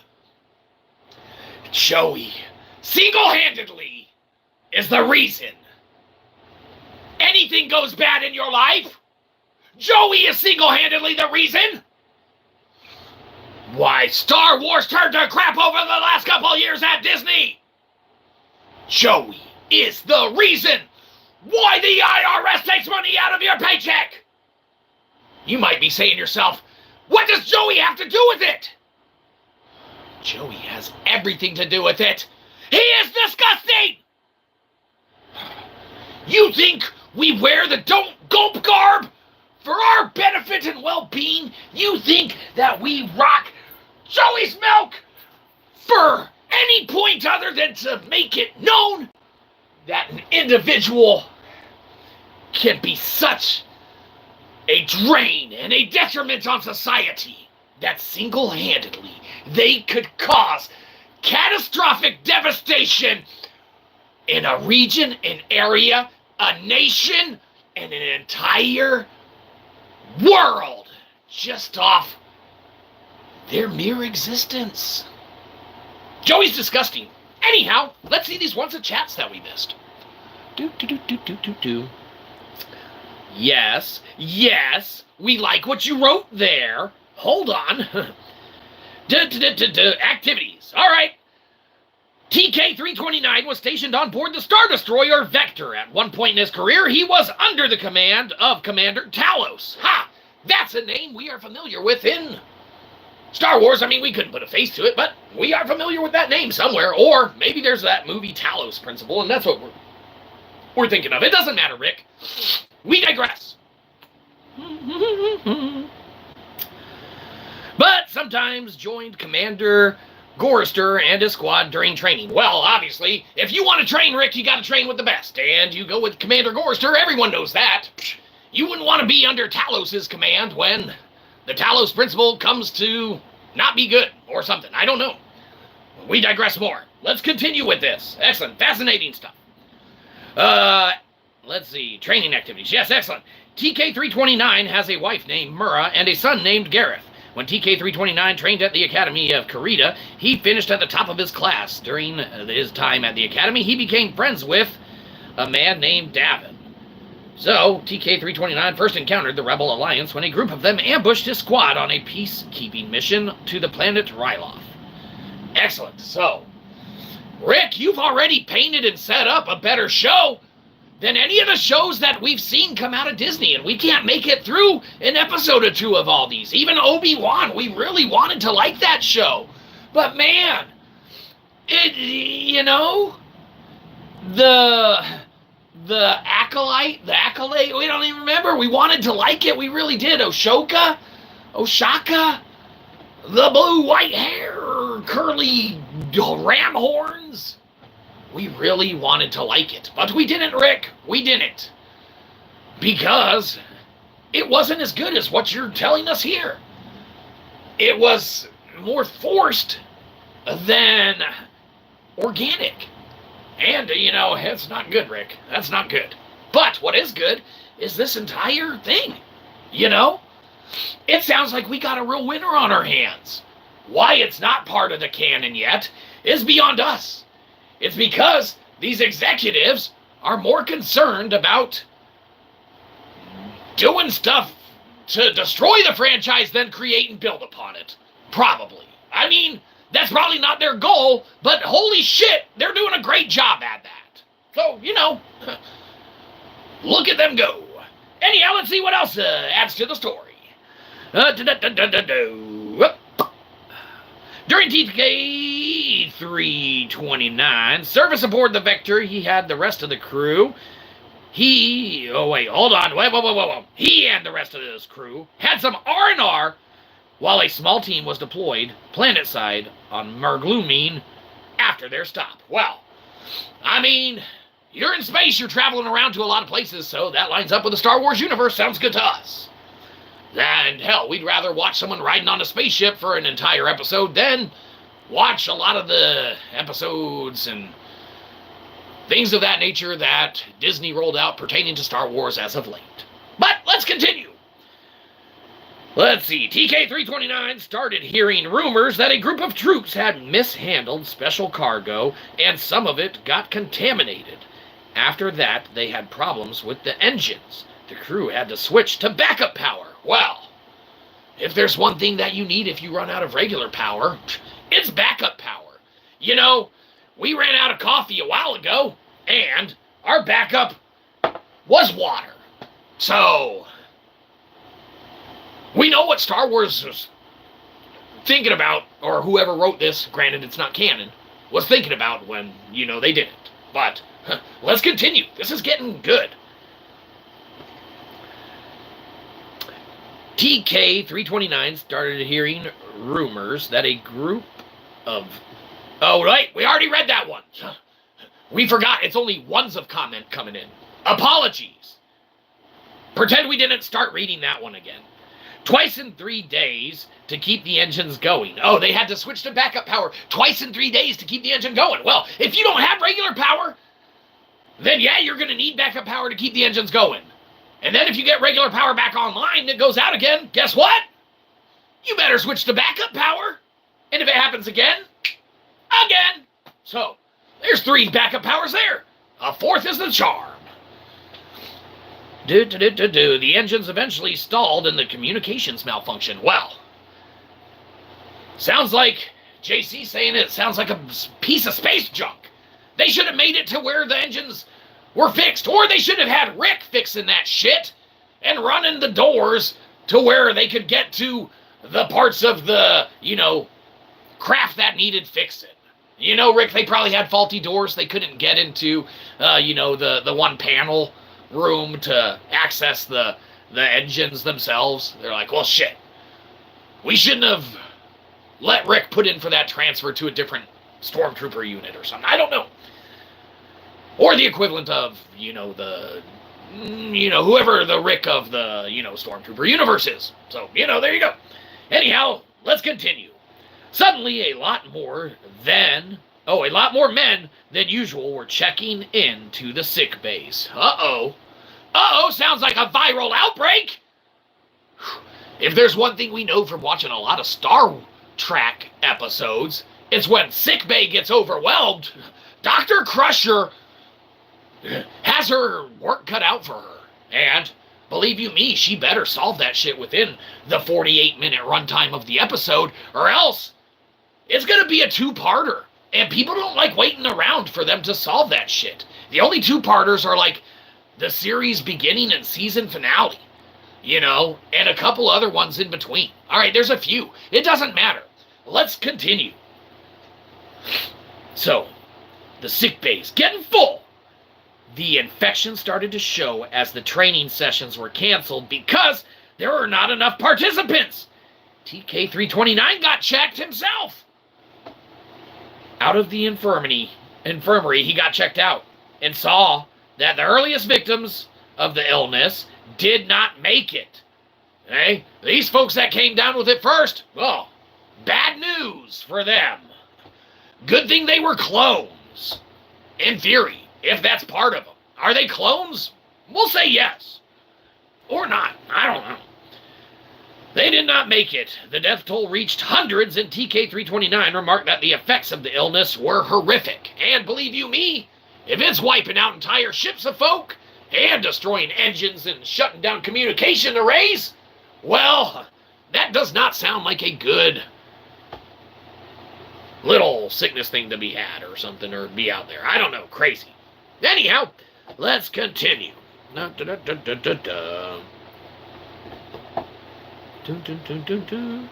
Oh, we're trying to find our place. Hold on. Bear with us, Rick. Eventually, the Vector lost all power and had to rely on the backup generators for the most minimal of life support. The troopers that hadn't been infected began talking about making an escape. The halls did something. We're waiting for the next part, so we're going to fill in our sentiments and feelings while me and Rick tag team this one out together. So obviously, these troopers, there's a couple of them that survived. A couple of them that, started realizing that it looks like pretty dire circumstances around here. Where's the, rest of the crew? Well, they're all keeling over. They're all dying off. They've all been infected. Power's going out and fluctuating. Engines are down. Communications array, non-existent. These survivors better start getting their heads on their shoulders and realizing some decisions need to be made. It looks like escape and fleeing to live and fight another day is one of the only ways that they can move forward. But do they retain any aspect of the infection with them upon their departure? That's for the rest of the story to tell. Let's see where we're at in the rest of the story.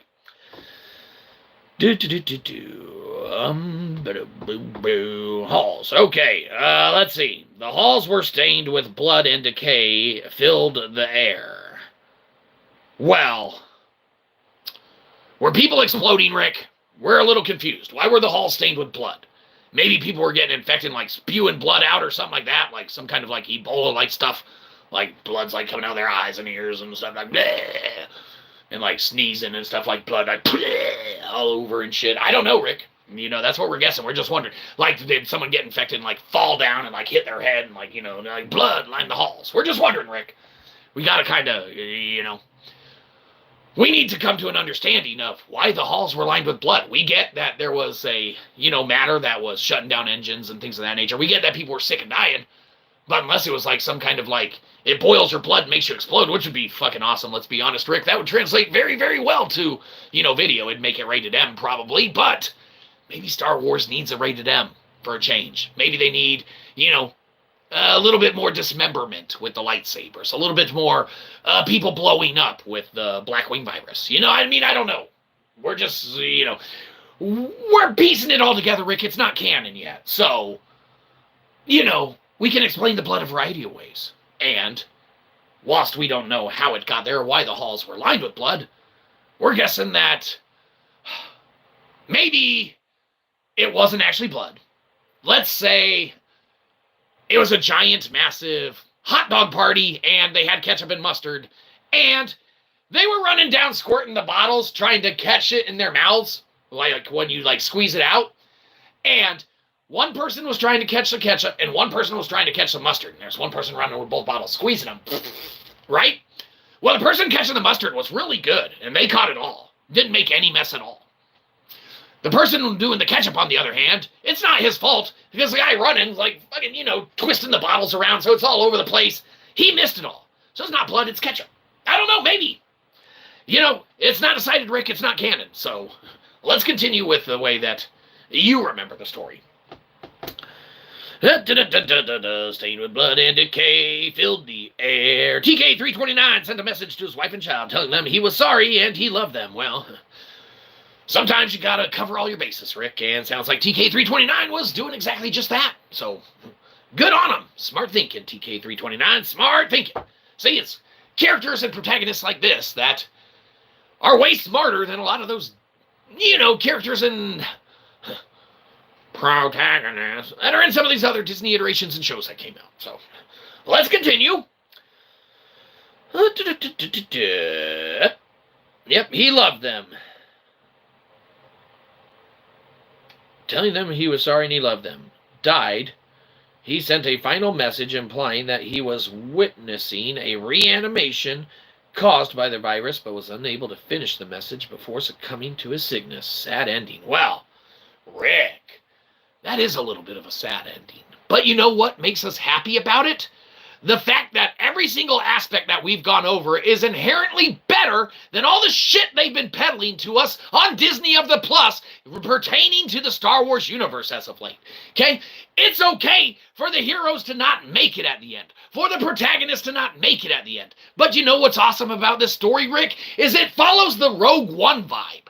You can have standalone parts of a universe that tell their own story. You don't need to piggyback off it. You don't need to inherently try and work in some iteration or version of a character that makes no damn sense. You don't need Yoda in every single episode of every single show. Yes, Yoda sells tickets. People love that little green bastard. Why do you think we put green hats on? We're thinking people will confuse us with Yoda and start subscribing. Any decade now, we'll reach that millions of subscribers, and they'll be like, have you seen that little Yoda bastard on the internet? Be like, oh, you mean Shyzabox? Yeah, I thought he was fucking Yoda, but turns out he was just fucking Yoda. Take that doll away from him. What? Huh? Okay, off the rails, off the rails. Uncalled for, inappropriate. It's not a kid's show here. Kids don't generally drink coffee, except nowadays they're probably crazy and do. It's like, I want a frappe from Starbucks, mama. And they're like, okay, honey, here's $35. And, they get a small. It's like, that'll be $36. Like, oh, shit, I gotta get another dollar from my mom. So, whatever. I mean, we're just guessing. We don't know how much Starbucks is, because we know it costs money to go there. So, obviously, we don't go. We make our own coffee, and we're out. Show got a little off the cusp, Rick. We're going to blame you for that. It's kind of your fault. You got us excited about Star Wars, and we haven't been excited about Star Wars in almost a decade, Rick. If we're being honest, it's because of all that crap that Disney had been rolling out. It all was not that good to us. And the stuff that was good, we'll still revisit. We'll still go and watch stuff like that on occasion, but that's just how it goes. So let's check in with these ones of chat. We were only talking about the trooper who died from sickness. We didn't talk about the fool. We didn't talk about that. Hey, excellent, Rick. That sounds fantastic. You know, not only does it sound fantastic, Rick, but we feel that there are some elements that you are more privy to from non-canonical writings and stories and, fan fiction even, that is, written and incorporated and devised, okay, inherently about the topic, the subject matter, Star Wars. What massive intellectual property. There are iterations and oodles of iterations upon iterations of stories and, different parts of elements that have been written and rewritten and tied into the universe and that are conjecture along their way. Look how far like the Gray Jedi have come as far as like the canon and that. Look at the the crystals in the lightsabers as far as how they've really developed into their own entity and everything like that. In the early iterations of Star Wars that came out, there was hardly a mention of stuff like that. There was hardly ever a focus on any of it or anything like that. But as the universe expanded and got massively bigger and things of that nature, well, I mean, the sky's the limit. And Disney decided to limit themselves with all the shitty stories they possibly could. So obviously they didn't go to Rick's sources to try and get some source material, which they should have. They should have gone to the fans instead of hired outside the fan base to, get people to make shit that they think people want. We don't need a coven of dancing witches in our Star Wars shows or movies. Okay, now, we're not saying that a coven of dancing magical witches doesn't have a place in the Star Wars universe, but if we wanted to watch fucking Hocus Pocus, we would have searched Hocus fucking Pocus without the F word in there, because it probably wouldn't have come up, or the minute we put Hocus in, it would have. But you know what would have probably come up if you were searching it on Disney Plus before it? You type magician or magic or anything like that, it probably has those fucking coven of witches that pop up. Now, probably not, but, Rick, we get carried away and it might very well could. So, who knows? Let's see these ones of comment. If you don't want to keep talking about the Black Wing, I can tell you about what would have happened. Anakin didn't turn to the dark side, but it's a short story. Well, Rick, I think that you were right in saying that we should maybe delay. We are, the Black Wing virus sounded great. And if you slap something in about Anakin really fast, that sounds awesome, man. Well, I mean, yeah, hell, lay it on us, Rick. If it's a quick story, you lay it on us, what's time? Just accept time. And, hearing stories sometimes is fantastic and little takes an iteration. So, yeah, you got something about Anakin. That's some of that base. What would have happened to Anakin if he didn't turn to the dark side? Would there be a Luke and a Leia? Probably not. Or, maybe yes still.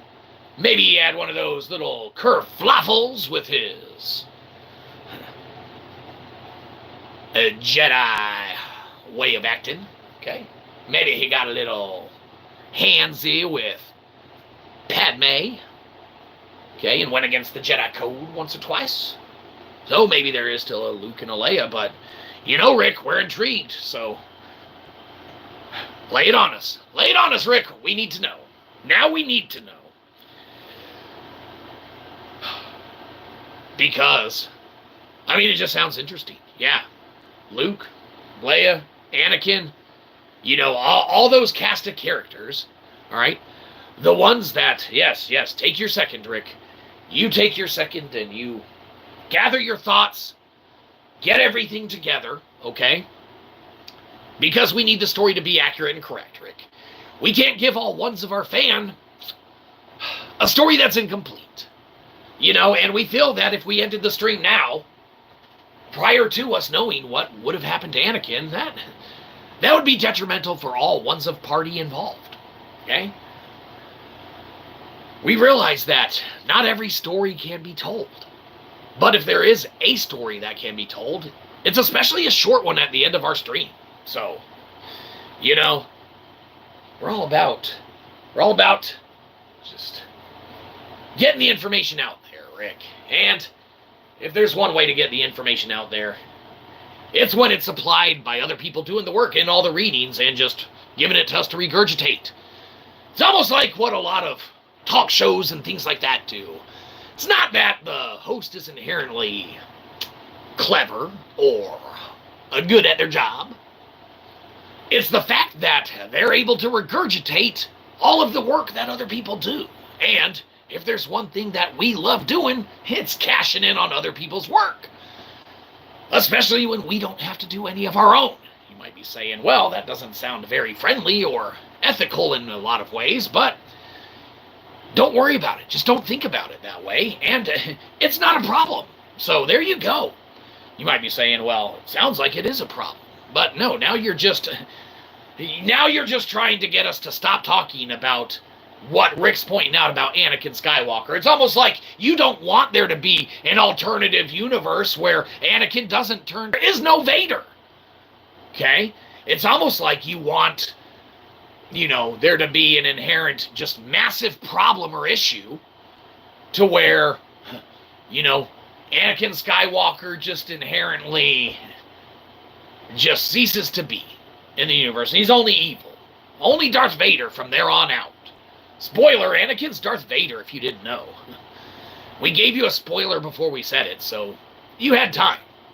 Man, I love your points. Well, thank you. Yes, we are a little aerodynamic with our beard cut and stuff like that. We try and keep it a little pointed, as well as our nose kind of comes triangularly at the side. And believe you me, when we have our rounded hat on, it's not as pointed as, can be, but sometimes we're not looking for a roundabout way of saying something.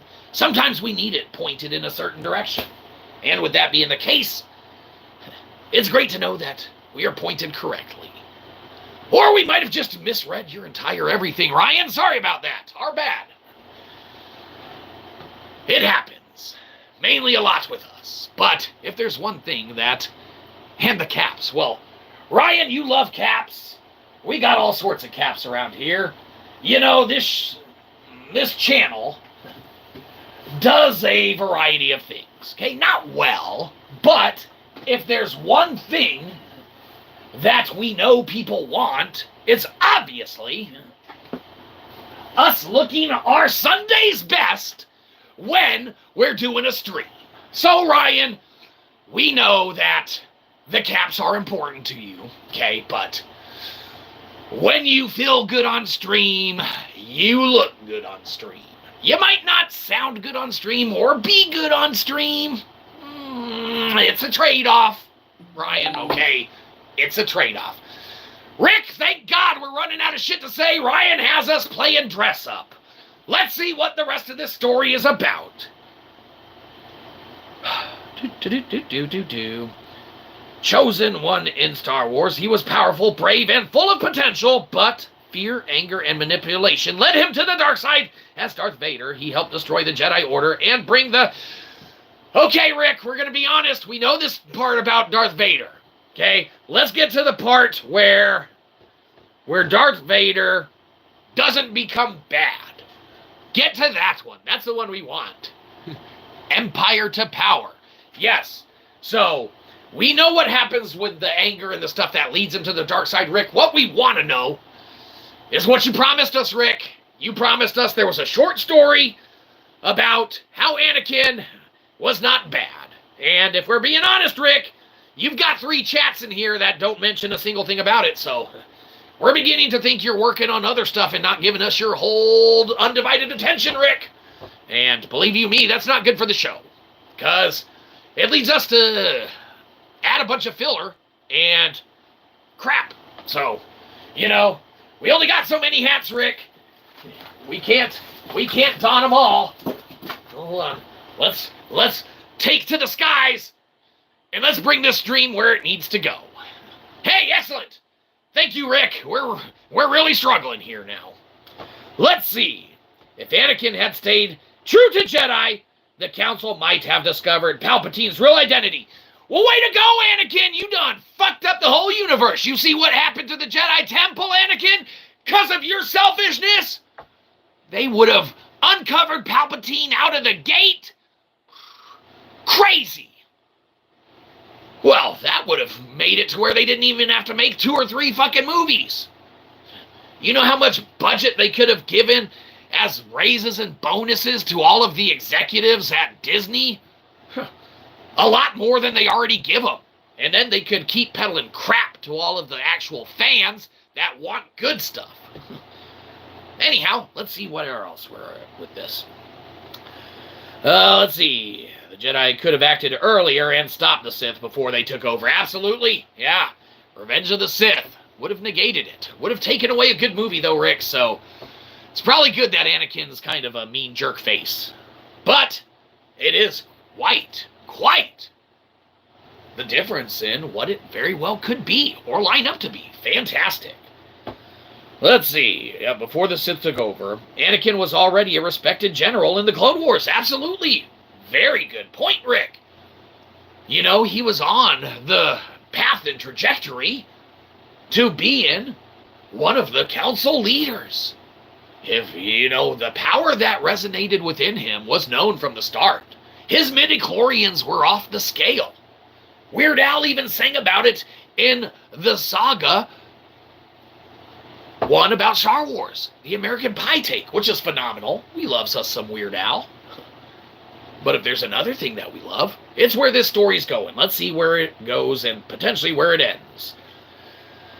He was already a respected general in the Clone Wars. If he had remained with the Jedi, their chances of surviving the war and even reforming after it would have been much higher. Well, absolutely, Rick, and that's because Anakin's the one who went and sliced everyone down in the temple. So, you know, Rick, we're not saying that you're pointing out the obvious as far as the Jedi would have stood a better chance if Anakin, you know, had stayed on the true side, but he was the one who offed all of the younglings, you know, and not just the younglings, the women and the children.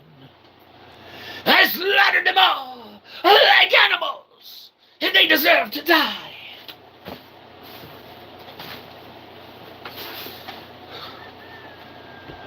Like animals.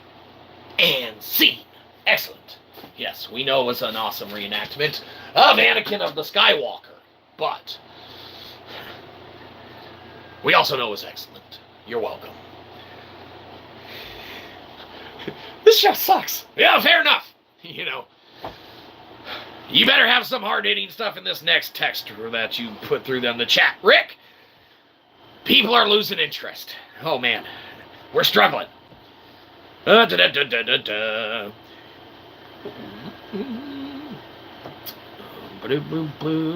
you know what would have happened if Yoda defeated Palpatine? I'm going to tell you that now. Well, Rick, if you already have started to tell us, I guess we can't stop you. Yoda would still escape with Senator Organa. It appears he was meant to be the getaway driver, even if Yoda won, as Palpatine had painted the Jedi as fugitives. But the Lord of the Sith would be dead, which I believe was Yoda's primary goal. Palpatine would be succeeded by someone else. My guess would be the blue guy with the horns. Yes.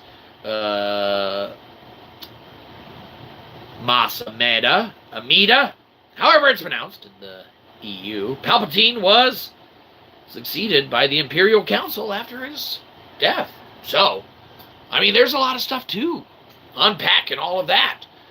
And that is the part of the Star Wars universe and story that resonates with individuals. That if Disney, in their subscription service, here's your tie-in, okay? Let's paint it all together with a nice, beautiful bow. Oh, we'll just put it all together at the end with some crap. If Star Wars was cranking out these sub-stories, was cranking out even non-canon based entertainment for folks to watch and dive into, they would open up an entirely new realm of, yes, it's not canon, but they've done enough to screw with the canon of that franchise to add enough story arcs that are completely ridiculous to that franchise. It's such a massive intellectual property. You could have stuff not be canon, and it doesn't matter. It matters to all ones of the folks that are going to strictly adhere to and maintain the canon and only watch that stuff. But if there's aspects of a universe, take the Force, take lightsabers. You know how awesome the Force and lightsabers are? Really awesome. Even if you don't think they are, they are. You could write a movie with it. Look at Jay and Silent Bob Strike Back. They got their little lightsaber scene and stuff like that. It's phenomenal. Look at any iteration. There was that street fight that took place, and people gave those assholes lightsabers. And it made the street fight that much better for everyone to watch the, decay and breakdown of society. The point is that you can now, with how massive the intellectual property is, with how much they've screwed it up already, and a lot of the shows and things like that they've put out and put forth, okay, they could take it now, start releasing little short stories, your Rogue Ones and things like that, even if it's not canon, okay, your Blackwing Virus story and take. All right, you can have a lot of stuff on there that inevitably would lead to some good views and probably some decent watching, okay? Because if there's one thing we're not returning to, it's the Acolyte or whatever. That shit sucked. We didn't like it. If there's one thing we're not returning to, it's the Obi-Wan series to finish it. We watched an episode and a half. We'd rather just come kick it with Rick and the big JC, Obviously. They know how to let us have a good time. And that's what we're all about, a good time. Let's see these ones of chat before we inevitably have to dipset. Oh. Where was I? In Jedi, though, they were warring amongst themselves for power even further. However, the Empire was more evolved at that point. My guess is Masamita takes temporary power. He's corrupt, but at least not a Sith Lord. You're expecting Vader to take the throne? Well, about Vader. With no Palpatine to save him, Vader burns to a crisp, suffocates under the toxic atmosphere of Mustafar, and dies. Well, piss off, Vader. You're gone. Anakin, you shouldn't have turned to the dark side, and you know the rule about attacking someone on the high ground. Bad idea, Anakin. Bad idea.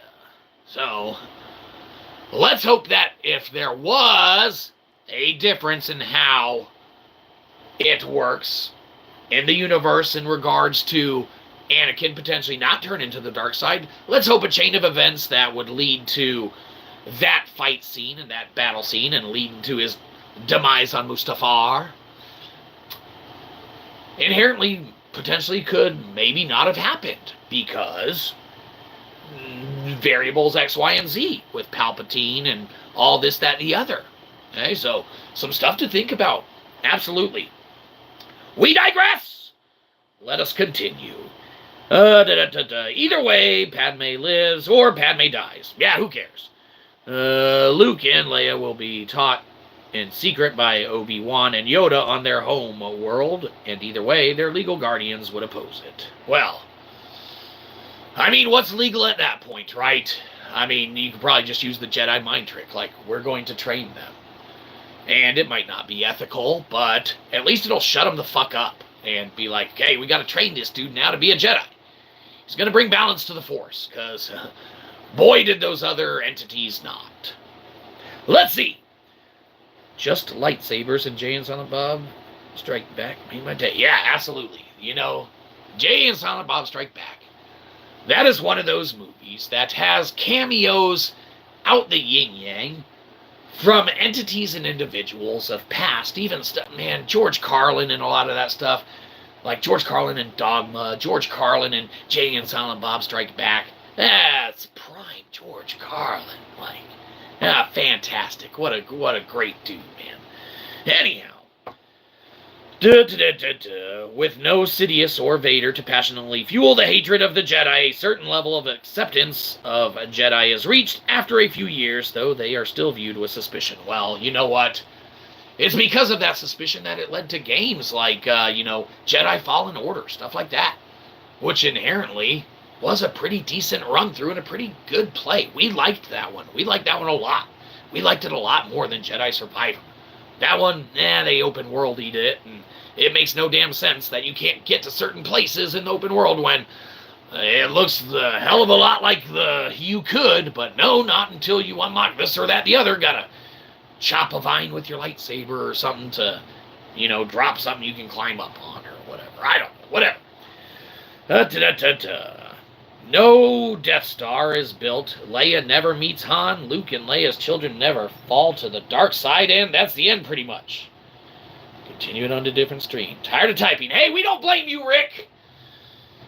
We're ready for more coffee, and we don't have it here, Rick. We got to go upstairs from our mom's basement. So I think that's a great idea. Rick, you floated this stream. We owe you. We owe you big time for all that extra content, but let's be honest, while it was you doing all the typing work, we can't help but think that it wouldn't have been possible without us. So we'll take all the credit as well, but we give you credit. You definitely held it together, and you gave us something worth sticking around to hear, Rick, and we appreciate that. So we hope no matter what doors you turn open or closed today, no matter what subscriptions you decide to keep or get rid of, no matter what kind of look you want to do at the subscription services you may or may not have. Yes, Ryan, you are more than welcome. Thanks for being here and sticking around and, all that good stuff. Ryan, you want your name up too? Hell, Ryan, you are a participant today. It wouldn't be the same if Rick, the Big JC, and Ryan didn't all get the just due and respect and love and credit they deserve for making this what it is. So, for fuck's sake. Ryan, bad news. The spray paint stopped fucking working right there. But don't worry, Ryan. We are professionals here. And we have more. So it's gonna look a little weird because you get to be the green one, Ryan. That's probably, let's see, is that, okay, hey, it all worked out, Ryan, there you go. So, from us to all ones of you out there checking it out, that's right, JC, if it's from Joey, it's a no-y. Oh, you must want another hour of content, because you're about to set us off. If it's from Joey, it's a no-y. If there's a Shyzabox we pick with anyone, it's Joey. And we would pick it over his... No, we're going to get ourselves in trouble. There's only one thing that we can do to calm ourselves down when we reach this point in the day. Joey sets us off, and there's just one thing that we can do. We have to do a poem. We have to. Hold on, we got to check in with management, make sure it's okay. Hey, you think you know how to run the place? Can we do a poem? Well, we're doing one anyway. Excellent. Management said it's fine. It helps us calm down. This one's titled, Joey Ruined Star Wars.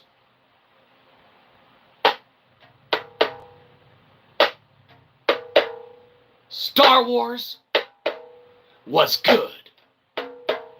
Then Joey ruined that shit.